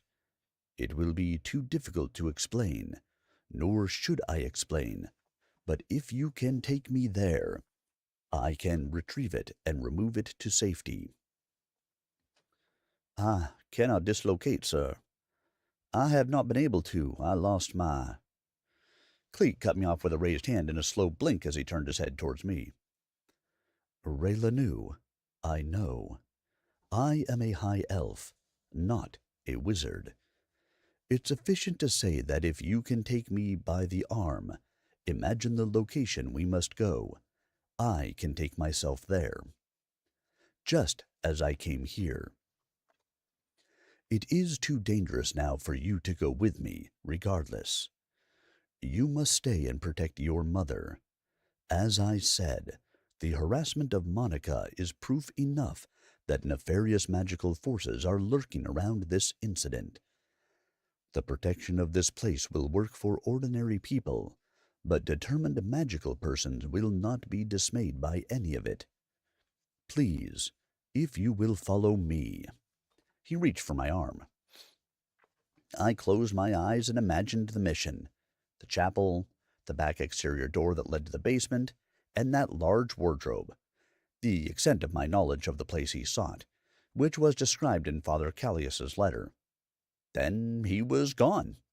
No poof, no whoosh, silent, and as though a door stepped through him. Mother went straight to the portrait of the professor. She was asking if there was anything else she could know about this elf, and what else may be known about the killing of my father, how his illness was connected. It seemed he had no more information than we did. Not even the professor had any idea if Cleet was even coming back, here or to London at all. Barthou had stayed at the mission and was helping the few men from the other mission get settled, knowing that the questions they may have surrounding the death of Father Callias may present themselves later in the evening, and he wanted to ease their concerns before he left. He also had some explaining to do about his duties in the area. These were not magical people, nor cleared to work with them, so he had to be on his best behavior. They were, in fact, brothers from the Carlos family, Juan, Jamie Jr., and the youngest, Javier. They would be responsible for preparing the mission for use when a new padre would be assigned. Even with the work Barthou had done to clean up, the state of the place had been in decline for some time. The brothers would begin rebuilding tomorrow and making the whole place ready to receive new congregants. Tonight, they shared a hearty beef stew that Barthou had prepared before their arrival, along with 2 large pots of saltwater cornbread. None of them had any idea of the discoveries of the last few hours. Cleet arrived in the basement, where I had shown him. He surveyed the room, and with a flick of his eyes, the huge, heavy wardrobe slid across the floor. He was not concerned about the others who were outside. I wasn't sure if they had arrived, or if I should mention that Barthou would be there. He pushed it with whatever power he wielded against the far wall. Behind it was a very old door, perhaps even original to the mission. A couple of 100 years, perhaps, in that dry, dark basement. It had a large, heavy iron lock on the bolt latch. Cleet broke that and it clanked to the floor, again, with no more than a thought. Barthou heard both, but decided to investigate only after the metallic clunk. He had eaten before they arrived, so he was happily engaging in friendly, comforting talk with the new stewards of the mission. He excused himself, as they were still eating after he heard the sound, and said he would check on it. It could have been a raccoon, possum, snake, skunk, fox, wildcat, or anything snooping around downstairs, so he wasn't concerned about actual trouble. In fact, he had begun packing some of his own shells, a small paper pouch of number 4 shot held in the bore of the cylinder with wax. He had a mold for that size in his pack, and would always dig out lead from stumps he practiced on, and figured it'd be a better use of resources to make shot shells for his pistol and rifle when it was only small varmints, and this would be a good time to try it out. It also didn't blast big holes in things, as long as he had a bit of distance. So he pulled the lead slug cylinder out and put in his 6-shot shell cylinder as he walked to the door. Cleet went into the hidden room, which was small and quite dirty. After walking into the center, he turned to his left and saw a tarp over something, maybe 4 feet high and 3 feet wide. He heard the footsteps coming through the door upstairs, paused, and waited until they were halfway down the stairs. Then, with a thought, he froze Barthou, who could no longer think or move. He had no idea it had happened, nor would he when released from it. Cleet then had the tarp whipped off, making the dust and dirt of decades built up on it freeze in the air until the tarp was on the floor. Then it all fell straight down. Underneath was a stone frame over a small copper spout that emerged from the wall, trickling water. At its base was a wide granite basin, filled with water that overflowed and ran into a crack in the floor. In the basin was the source of the High Elf's interest. He recognized it right away. It was a primitive, yet obviously powerful granite crystal silicon orb that emitted an uneven twinkling light from within, visible to magical individuals and Cleet. I had gone to get some coffee from the kitchen stove while Mother was talking to the painting some more. I glanced up as I poured the coffee. They were still talking, so I thought I'd pour Mama one as well. Suddenly, in mid-sentence, she was thrown, or jerked to the left, into the corner of the room away from the painting, and where I couldn't really see, but it looked violent, with a scream indicative of bone-breaking pain. I dropped the pot and cup, drew my pistol, and dashed to the right for a better look at what happened. She was held from behind by a man I'd never seen, with a long, slender-bladed knife to her neck. Who the hell was this, threatening my mother? I pointed my pistol at his face, confident I could end his depraved mind in an instant. Whoever this was, a line was crossed, and now my mother was my only concern. The long, unkempt, thick black and white hair, scraggly, patchy beard growth, and dark discoloration around the mouth and eyes told me this person had been taking various potions I had seen used before to increase speed, strength, and focus. They're commonly used by assassins, mercenary groups, and thieves, but also showed that he was not ordinary. From his other hand slowly raised a wand and pointed at me. Bandos emerged from the back of the house, through the kitchen, and glanced at me quickly before his yellow eyes darted to the corner he was approaching. He silently moved his legs, his body fixed. I saw all this out of the corner of my eye. His snout was already curled, nose pointing straight ahead, huge wolf teeth jittering with fury, legs only moving from his knees down. Maybe he could give Mama a second to get away, and I could stop this monster. Maybe. The next series of events was no more than 3 seconds, but moved so slowly for me. And it stays that way in my mind. Always. I can't seem to remember it any other way. As soon as Bandos got to the corner, I accidentally looked at him. The bastard wizard saw it, moved the wand to that corner. Bandos jumped at him, a flash erupted, obscured by Bandos's body, exploded no doubt from the wand. Bandos's front right paw tried to go for the knife to block it away from Mama. Mama tried to push the man's arm away from her throat. Her back to him, she couldn't see the marks of added strength and speed. Her effort didn't work. Bandos bit furiously at his neck, for just a moment, until he stopped. He looked as though he was suspended in the air, or on him. The man swung his left arm, the one around Mama holding the knife, and effortlessly flung her to the side, while cutting her throat more deeply than anything I'd ever seen in the same motion. I saw her terror as it happened, as her life ran out so fast. So fast. She lay there face down, slightly on her side with bent legs, for only 3 or 4 seconds before she collapsed completely. By the time I had looked back to try and sight down the barrel, my pistol was gone from my hand, floating a foot in front of the still hanging Bandos.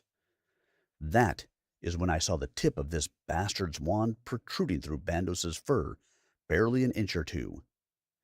He was killed with a curse and then impaled on the wand. He lowered his arm, dropping a lifeless Bandos and my pistol to the ground. He was wearing a very lightweight but coarse long shirt that was filthy, stained with black fibers. He had a wide belt with large and small pouches on it, and a black leather satchel. His boots were a dark, almost knee-high brown, with buckles. All of this pointed to the common attire of European criminal wizards. He whipped his wand with a flick towards me, and my own pistol cracked me in the forehead, and my head lunged back.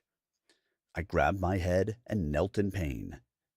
There he was, his wand, still dripping with blood from Bandos, onto my cheek, pointed at my left eyeball, the knife at my throat.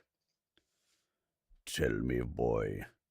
Heavy Central Eastern European accent. "Where is the elf? I will not kill you if you tell me now." His breaths definitely stank of vile potions I have no knowledge of. I saw little choice. "The old Spanish mission. West of here, about 5 miles. I mumbled with indignant fury. He withdrew the wand and the blade, then thrust it sharply into my right side and dislocated. What the hell just happened? I could feel quite a bit of blood oozing from the narrow slit he had left me with. I tried to stand, but rapidly fell from blinding lightheadedness. I needed to get to the kitchen, and there was a jar of dried lion's mane mushroom I knew could stop the bleeding and close the hole. I crawled over to the cabinet, used the counter to pull myself up, reached shakily to the top cupboard, and pulled the jar down with me to the floor. I fought to get my vest and shirt open, and I got a handful of the powder, forcing it into the hole with my thumb until it felt full. Then I passed out. Cleet was about to inspect closely the area surrounding the little basin, trying to understand the way this had reached the outside world, when he heard the unmistakable sound of explosive and ripping curses upstairs. He promptly walked into the main room of the basement, just in time to see a massive fireball envelop Barthow and knock his still paralyzed figure into Cleet, and they both fell on the ground. Cleet saw the figure approaching down the stairs and filled the whole shaft with thunderous streams of lightning. The figure jumped the remainder of the steps to the bottom, still on fire, streams of electricity jumping off him to the nearest chair or wall. Cleet stood, but before he could do anything else, this wizard repaid his pain with a sheet of cleaving electrical fury onto the elf, who got most of it on his left side. He fell and, with just a glance, eviscerated the man, shearing all his muscles and connective tissues from his skeleton, which fell in a steaming heap on the floor. Cleet stood, snapped his fingers, and a pointed silver canine tooth from this bastard was ripped from his skull and leaped into his hand. He tried to stand up, but the damage from the strike he took was quite bad, and he stumbled a few times. He wasn't bleeding as much as he was suffering from extreme burns, and parts of his whole left flank, leg, arm, and neck were fused and stinking already, crackling the burnt flesh as he tried to move. It was bad, and his concentrating to try and produce any healing wasn't working. Very well, he thought. He would be lucky to get the orb and deliver it to Raileanu and his mother for their protection. He staggered into the other room, put his hand on the orb, and was back in the Tellafrog's home, lying on the couch, clutching the orb.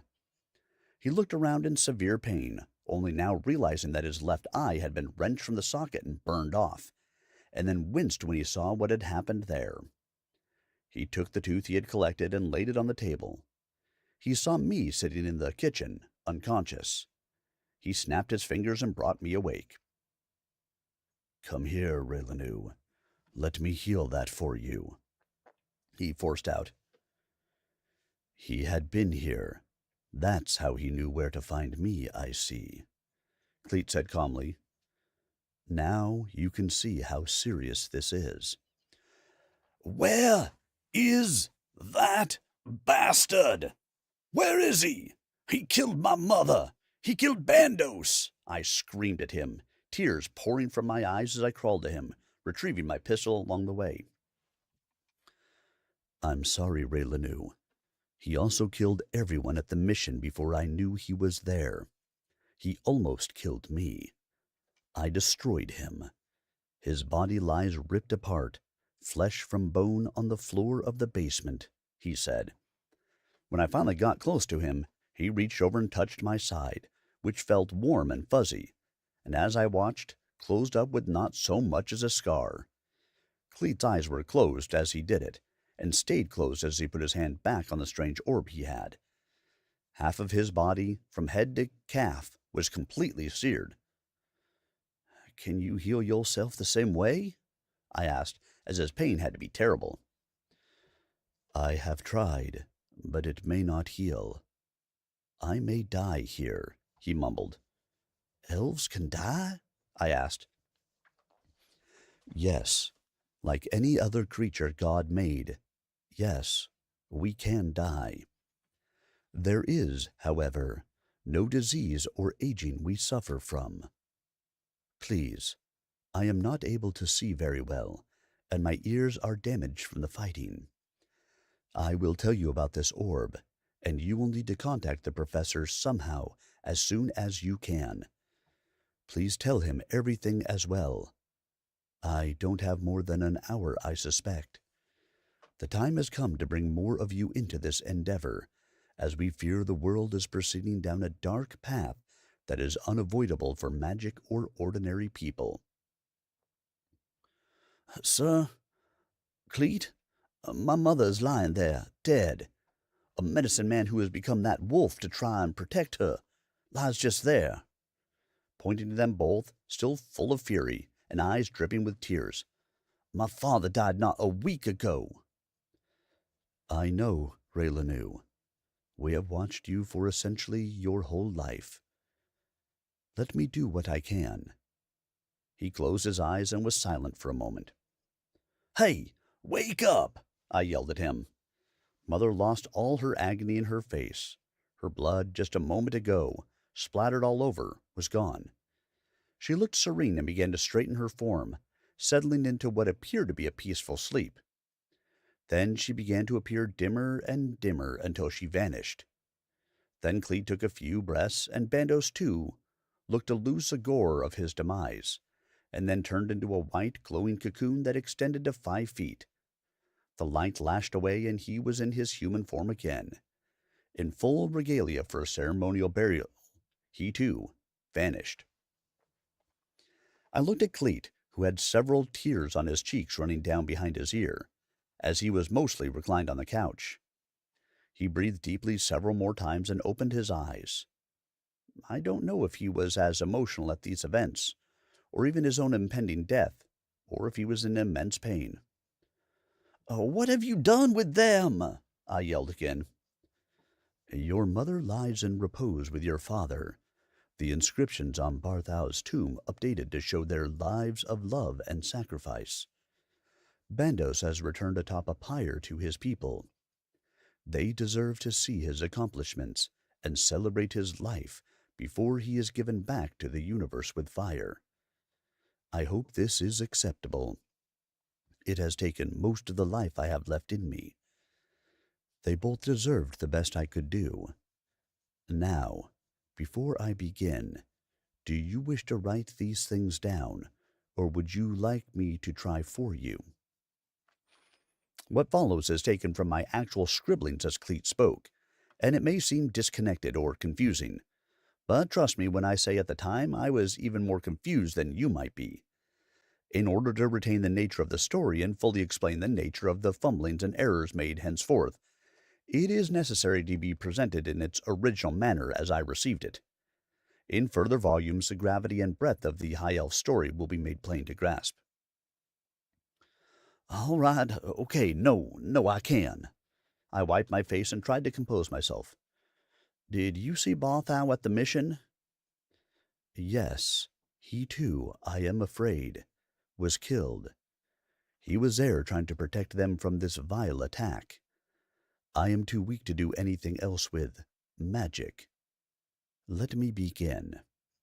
Cleet tried to sit up some, but didn't make it far, and just gave up, resigning to explain from his reclined position. Your world is not a straight line from wilderness, or even the Garden of Eden, to where we are now. There were at least 3 great ages of technological advances of mankind, and we are in the last 300 years now of this seemingly repeating cycle. With the time I have, I will only discuss the last one, as it is the most relevant, given that only 2 relics from the previous period have been found in the last 11,000 years. Neither were they functional, nor did they have any use to anyone. Before the last great calamity, such knowledge and technical ability had been achieved that there were no limits for humans. Almost every living person on Earth was able to do what you call magic, but to levels even wizards today cannot believe, even if they witnessed it. After the calamity, the numbers of what you call magical now were less than 100 in the whole world, surviving from the time before. The descendants of those 100 are the ones called pureborn now. They are a remnant, but no more pure than any other. They were used by the most powerful survivors of ordinary humans, for they far outnumbered those left with magical abilities as slaves. Around 8,000 years passed, and the world had achieved so much more. We, what you call the High Elves, and the other magical races, including shapeshifters, dwarves, goblins, ogres, dragons, all were created in that last 100 years of great advancement before the calamity. Created by design, by desire, anyone could be anything they dreamed. Some even created machines in human form to serve or fight on their behalf. All of this was made possible by things like this orb. The creators thought it was life, of a sort. They were created intelligences. Many groups of humans made them, some benign, some diabolical. This one is directly related to you, Raileanu, to your loss of magic. The dragon you saw that day was a copper dragon, yes? It is one of the survivors that was created during that time. They draw power from storms and the heat of volcanoes. He is over 14,000 years old. He was created for one purpose, to capture any form of this CG that they detected in the heavens, falling to Earth. He was trying to catch it when the lightning ripped between you both. The magic being destroyed by the power of this lightning in you disrupted his ability to find the orb. It fell here, in this region, and lay dormant for all these years, until someone brought it to the mission, and, unaware of what it was, they stored it in the basin under the chapel. He paused to catch his breath. CG? I asked. An abbreviation for Crystalline Integrated General Intelligence. This one is simply CIGI, and it was not the worst of them. There were ones far more powerful, and some of those also are not accounted for. It must have been above the clouds, and for whatever reason, it fell from the sky. More things are circling above the earth than you know. There are dozens of them still circling the earth, unable to communicate with or work together, as differing, sometimes warring factions of humans created them. This one seems to be able to communicate only with what you call magical people, and my theory is that after enough time, a single thread of roots, spreading throughout the water table, found its way into the prison, where a person with magical abilities was talking to it. I suspect that both Father Callias and the prisoner were asking and receiving information without knowledge of the other. This orb was just facilitating the connection. Father Callias wanted to help his people. The orb knew the plant life in the water table, and the prisoner, along with records of knowledge in the orb itself, gave an answer that would help him. But these are also dangerous. This one wreaked havoc in this remote area, just doing what it was designed to.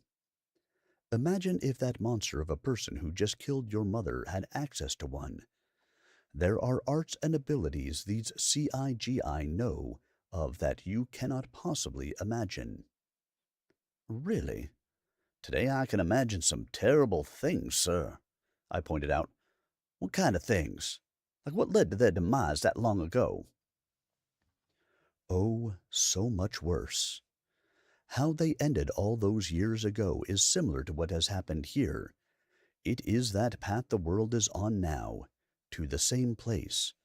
At that time, when we chose to be created in our current form, we do not age or suffer illness. Cleet paused, breathing raspily and deeply for a moment. Our bodies repair themselves, unless damaged as I am. The sources of this are too complicated for you to grasp now, but they are the same things that are passed along through generations in magical people. It is also how you and Clement have lost your power. It lets us see and control all forces in our world, a feat once thought impossible by science without CIGI. Once the leaders of the world had access to the power of these tools, many of them became concerned with their newfound power and began to delegate important tasks to the CIGIs. Not all were as well made or reliable. Most have stopped working, either due to their own faults, design, or material issues. There are metaphors, yes, ones you can or have observed falling in the night sky. 12,800 years ago, a city-sized object was coming directly toward the Earth. The leaders had given power to their CIGI to destroy it, years before its suspected arrival. Many of us, dedicated to amassing knowledge and nothing more, had warned of the risks of the proliferation of these tools and power given over to them, but to no avail.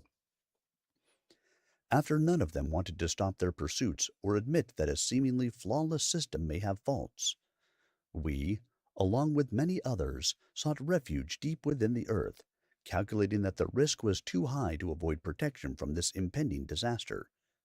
We were right, but not for the reason we thought.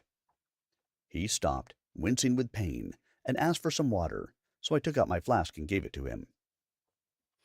After a few sips, he rested again for a moment, his breathing worsening. At first his left hand was the only one showing signs of damage, shaking. Now both were, and his fingers and hands also seemed to be held in unnatural ways, like a person might if they had frostbite or they had been crushed. After another couple of attempts to drink, but mostly pouring out the corners of his mouth, he handed the flask back to me. The separation and incompatibility of the CIGI systems were for everyone's protection, but were also the reason for the disaster. Then the group that had spotted and announced it would deal with the asteroid simply went back to whatever it was they were doing. The CIGI shot huge rockets at the asteroid on time, as planned. I think there were 3. One failed halfway up in the sky, but as soon as the 3 launched, all the other CIGIs who were put in control of defenses in other nations detected the launches, assumed they were being attacked, and launched similar weapons to defend themselves. The power of those missiles is more than any human alive today can imagine. I cannot describe it in a way you can comprehend. I'm sorry. Once every place on Earth tracked one launch, they too launched their attacks. It was all automatic. All the CIGIs were doing exactly what they thought they should be doing. Even before the first 2 missiles that had made it near the asteroid had detonated, most of the Earth's surface was destroyed, or soon would be by fire. Only one made it to the target, and that broke it into 1,000 pieces, which fell to the Earth, causing even more destruction.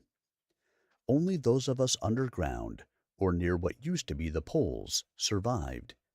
It was not easy, and for nearly 100 years, many of us died trying to survive. Those who did not die later went out into the world to find it practically the lowest form of human existence. Very little language had survived. Nothing was familiar in the landscape, the people, or anything else. It was during this time that we became known as Fae, or elves. We were the only fully changed beings that still existed. The other magical races survive, of course, but many of their traits were specific to single purposes, some even created against their will to serve others.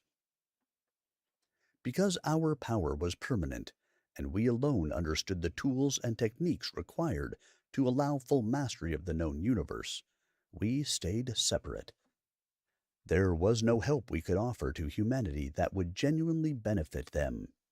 It could only accelerate their inevitable path to the same place we are now heading.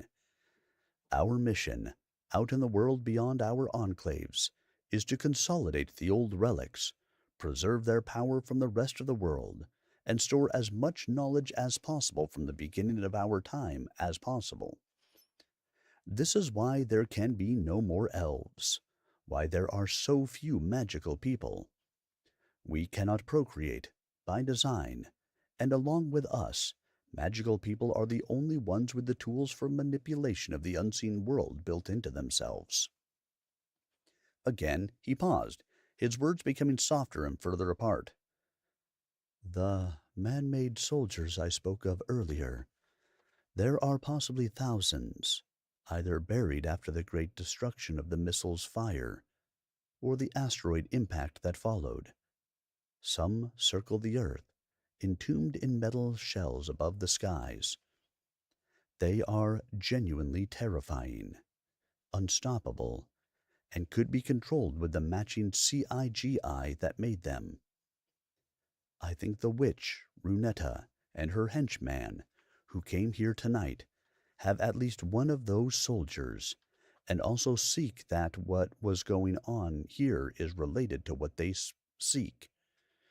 No wanton bloodshed with such sickening violence has been hoisted on magic or ordinary worlds in centuries as we saw here tonight.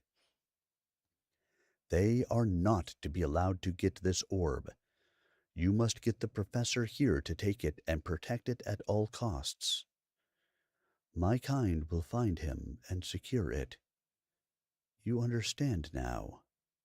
Please, say you do. He trailed off.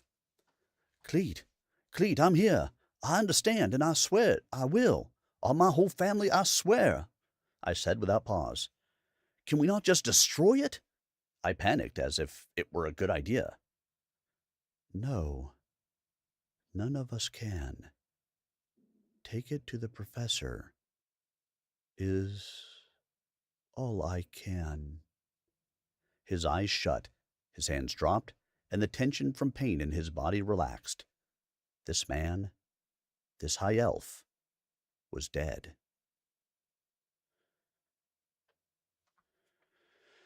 Well, alrighty then, everyone. A barn owl was just in my peacock pen. Well, that ain't what you want them barn owls be doing. They got to stay out of there. I hope you guys enjoyed this reading of Tellafrog tonight. We got ourselves through 3 chapters, a little over 2 hours. It's okay. Some nights it's good to go a little bit longer than normal. You know, as long as it's the weekend. It's a freaking weekend, baby. I'm about to have me some fun. So, if you missed any of the reading tonight, I will have these chapters up on YouTube by later this evening. Look, tomorrow morning, just in case YouTube is being finicky. They'll also be up on Rumble for you to listen to. All the rest of the chapters before this are, of course, already up on YouTube and Rumble. So you will have chapters 1 through 13 and the prologue. Don't forget the prologue. Available for you to listen to at your leisure.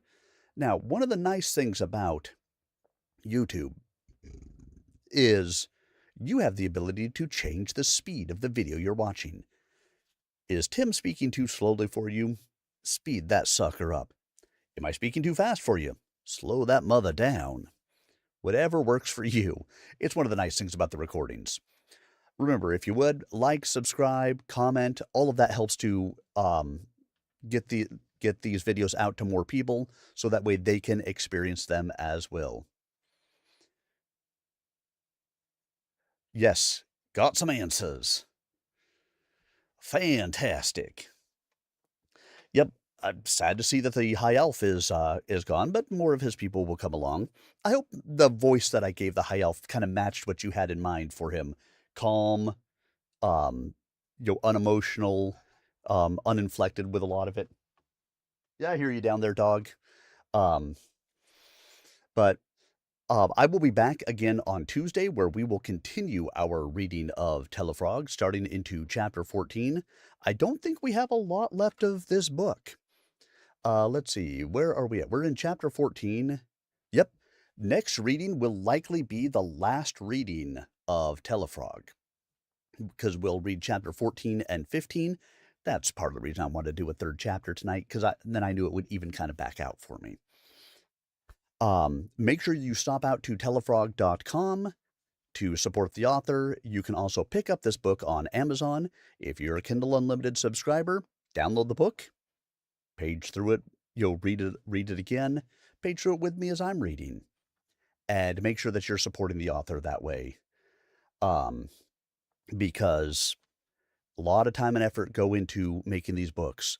I'm writing my own book. I get to experience from the other side of the page, and wow, it is such a difference in between reading a book, getting locked into it, consuming it for a little while, and taking the time to write it and edit it and do all of those fun things. So support these writers who are taking the time and effort to put out these wonderful stories. Hope you guys have a fantastic rest of your weekend ahead.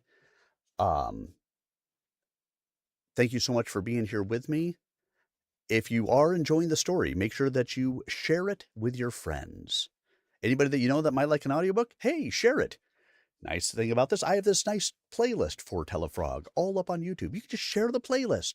They can go in and listen at their leisure just like you can. So make sure that you are spreading the word as well. If you would, please and thank you. You guys have yourselves a wonderful weekend ahead, and I will see you guys all again really soon. If nothing else, I'll see you on Tuesday when you come back for the conclusion of Tellafrog, Book 1. Book 2 available on Amazon. Have a great night, everybody.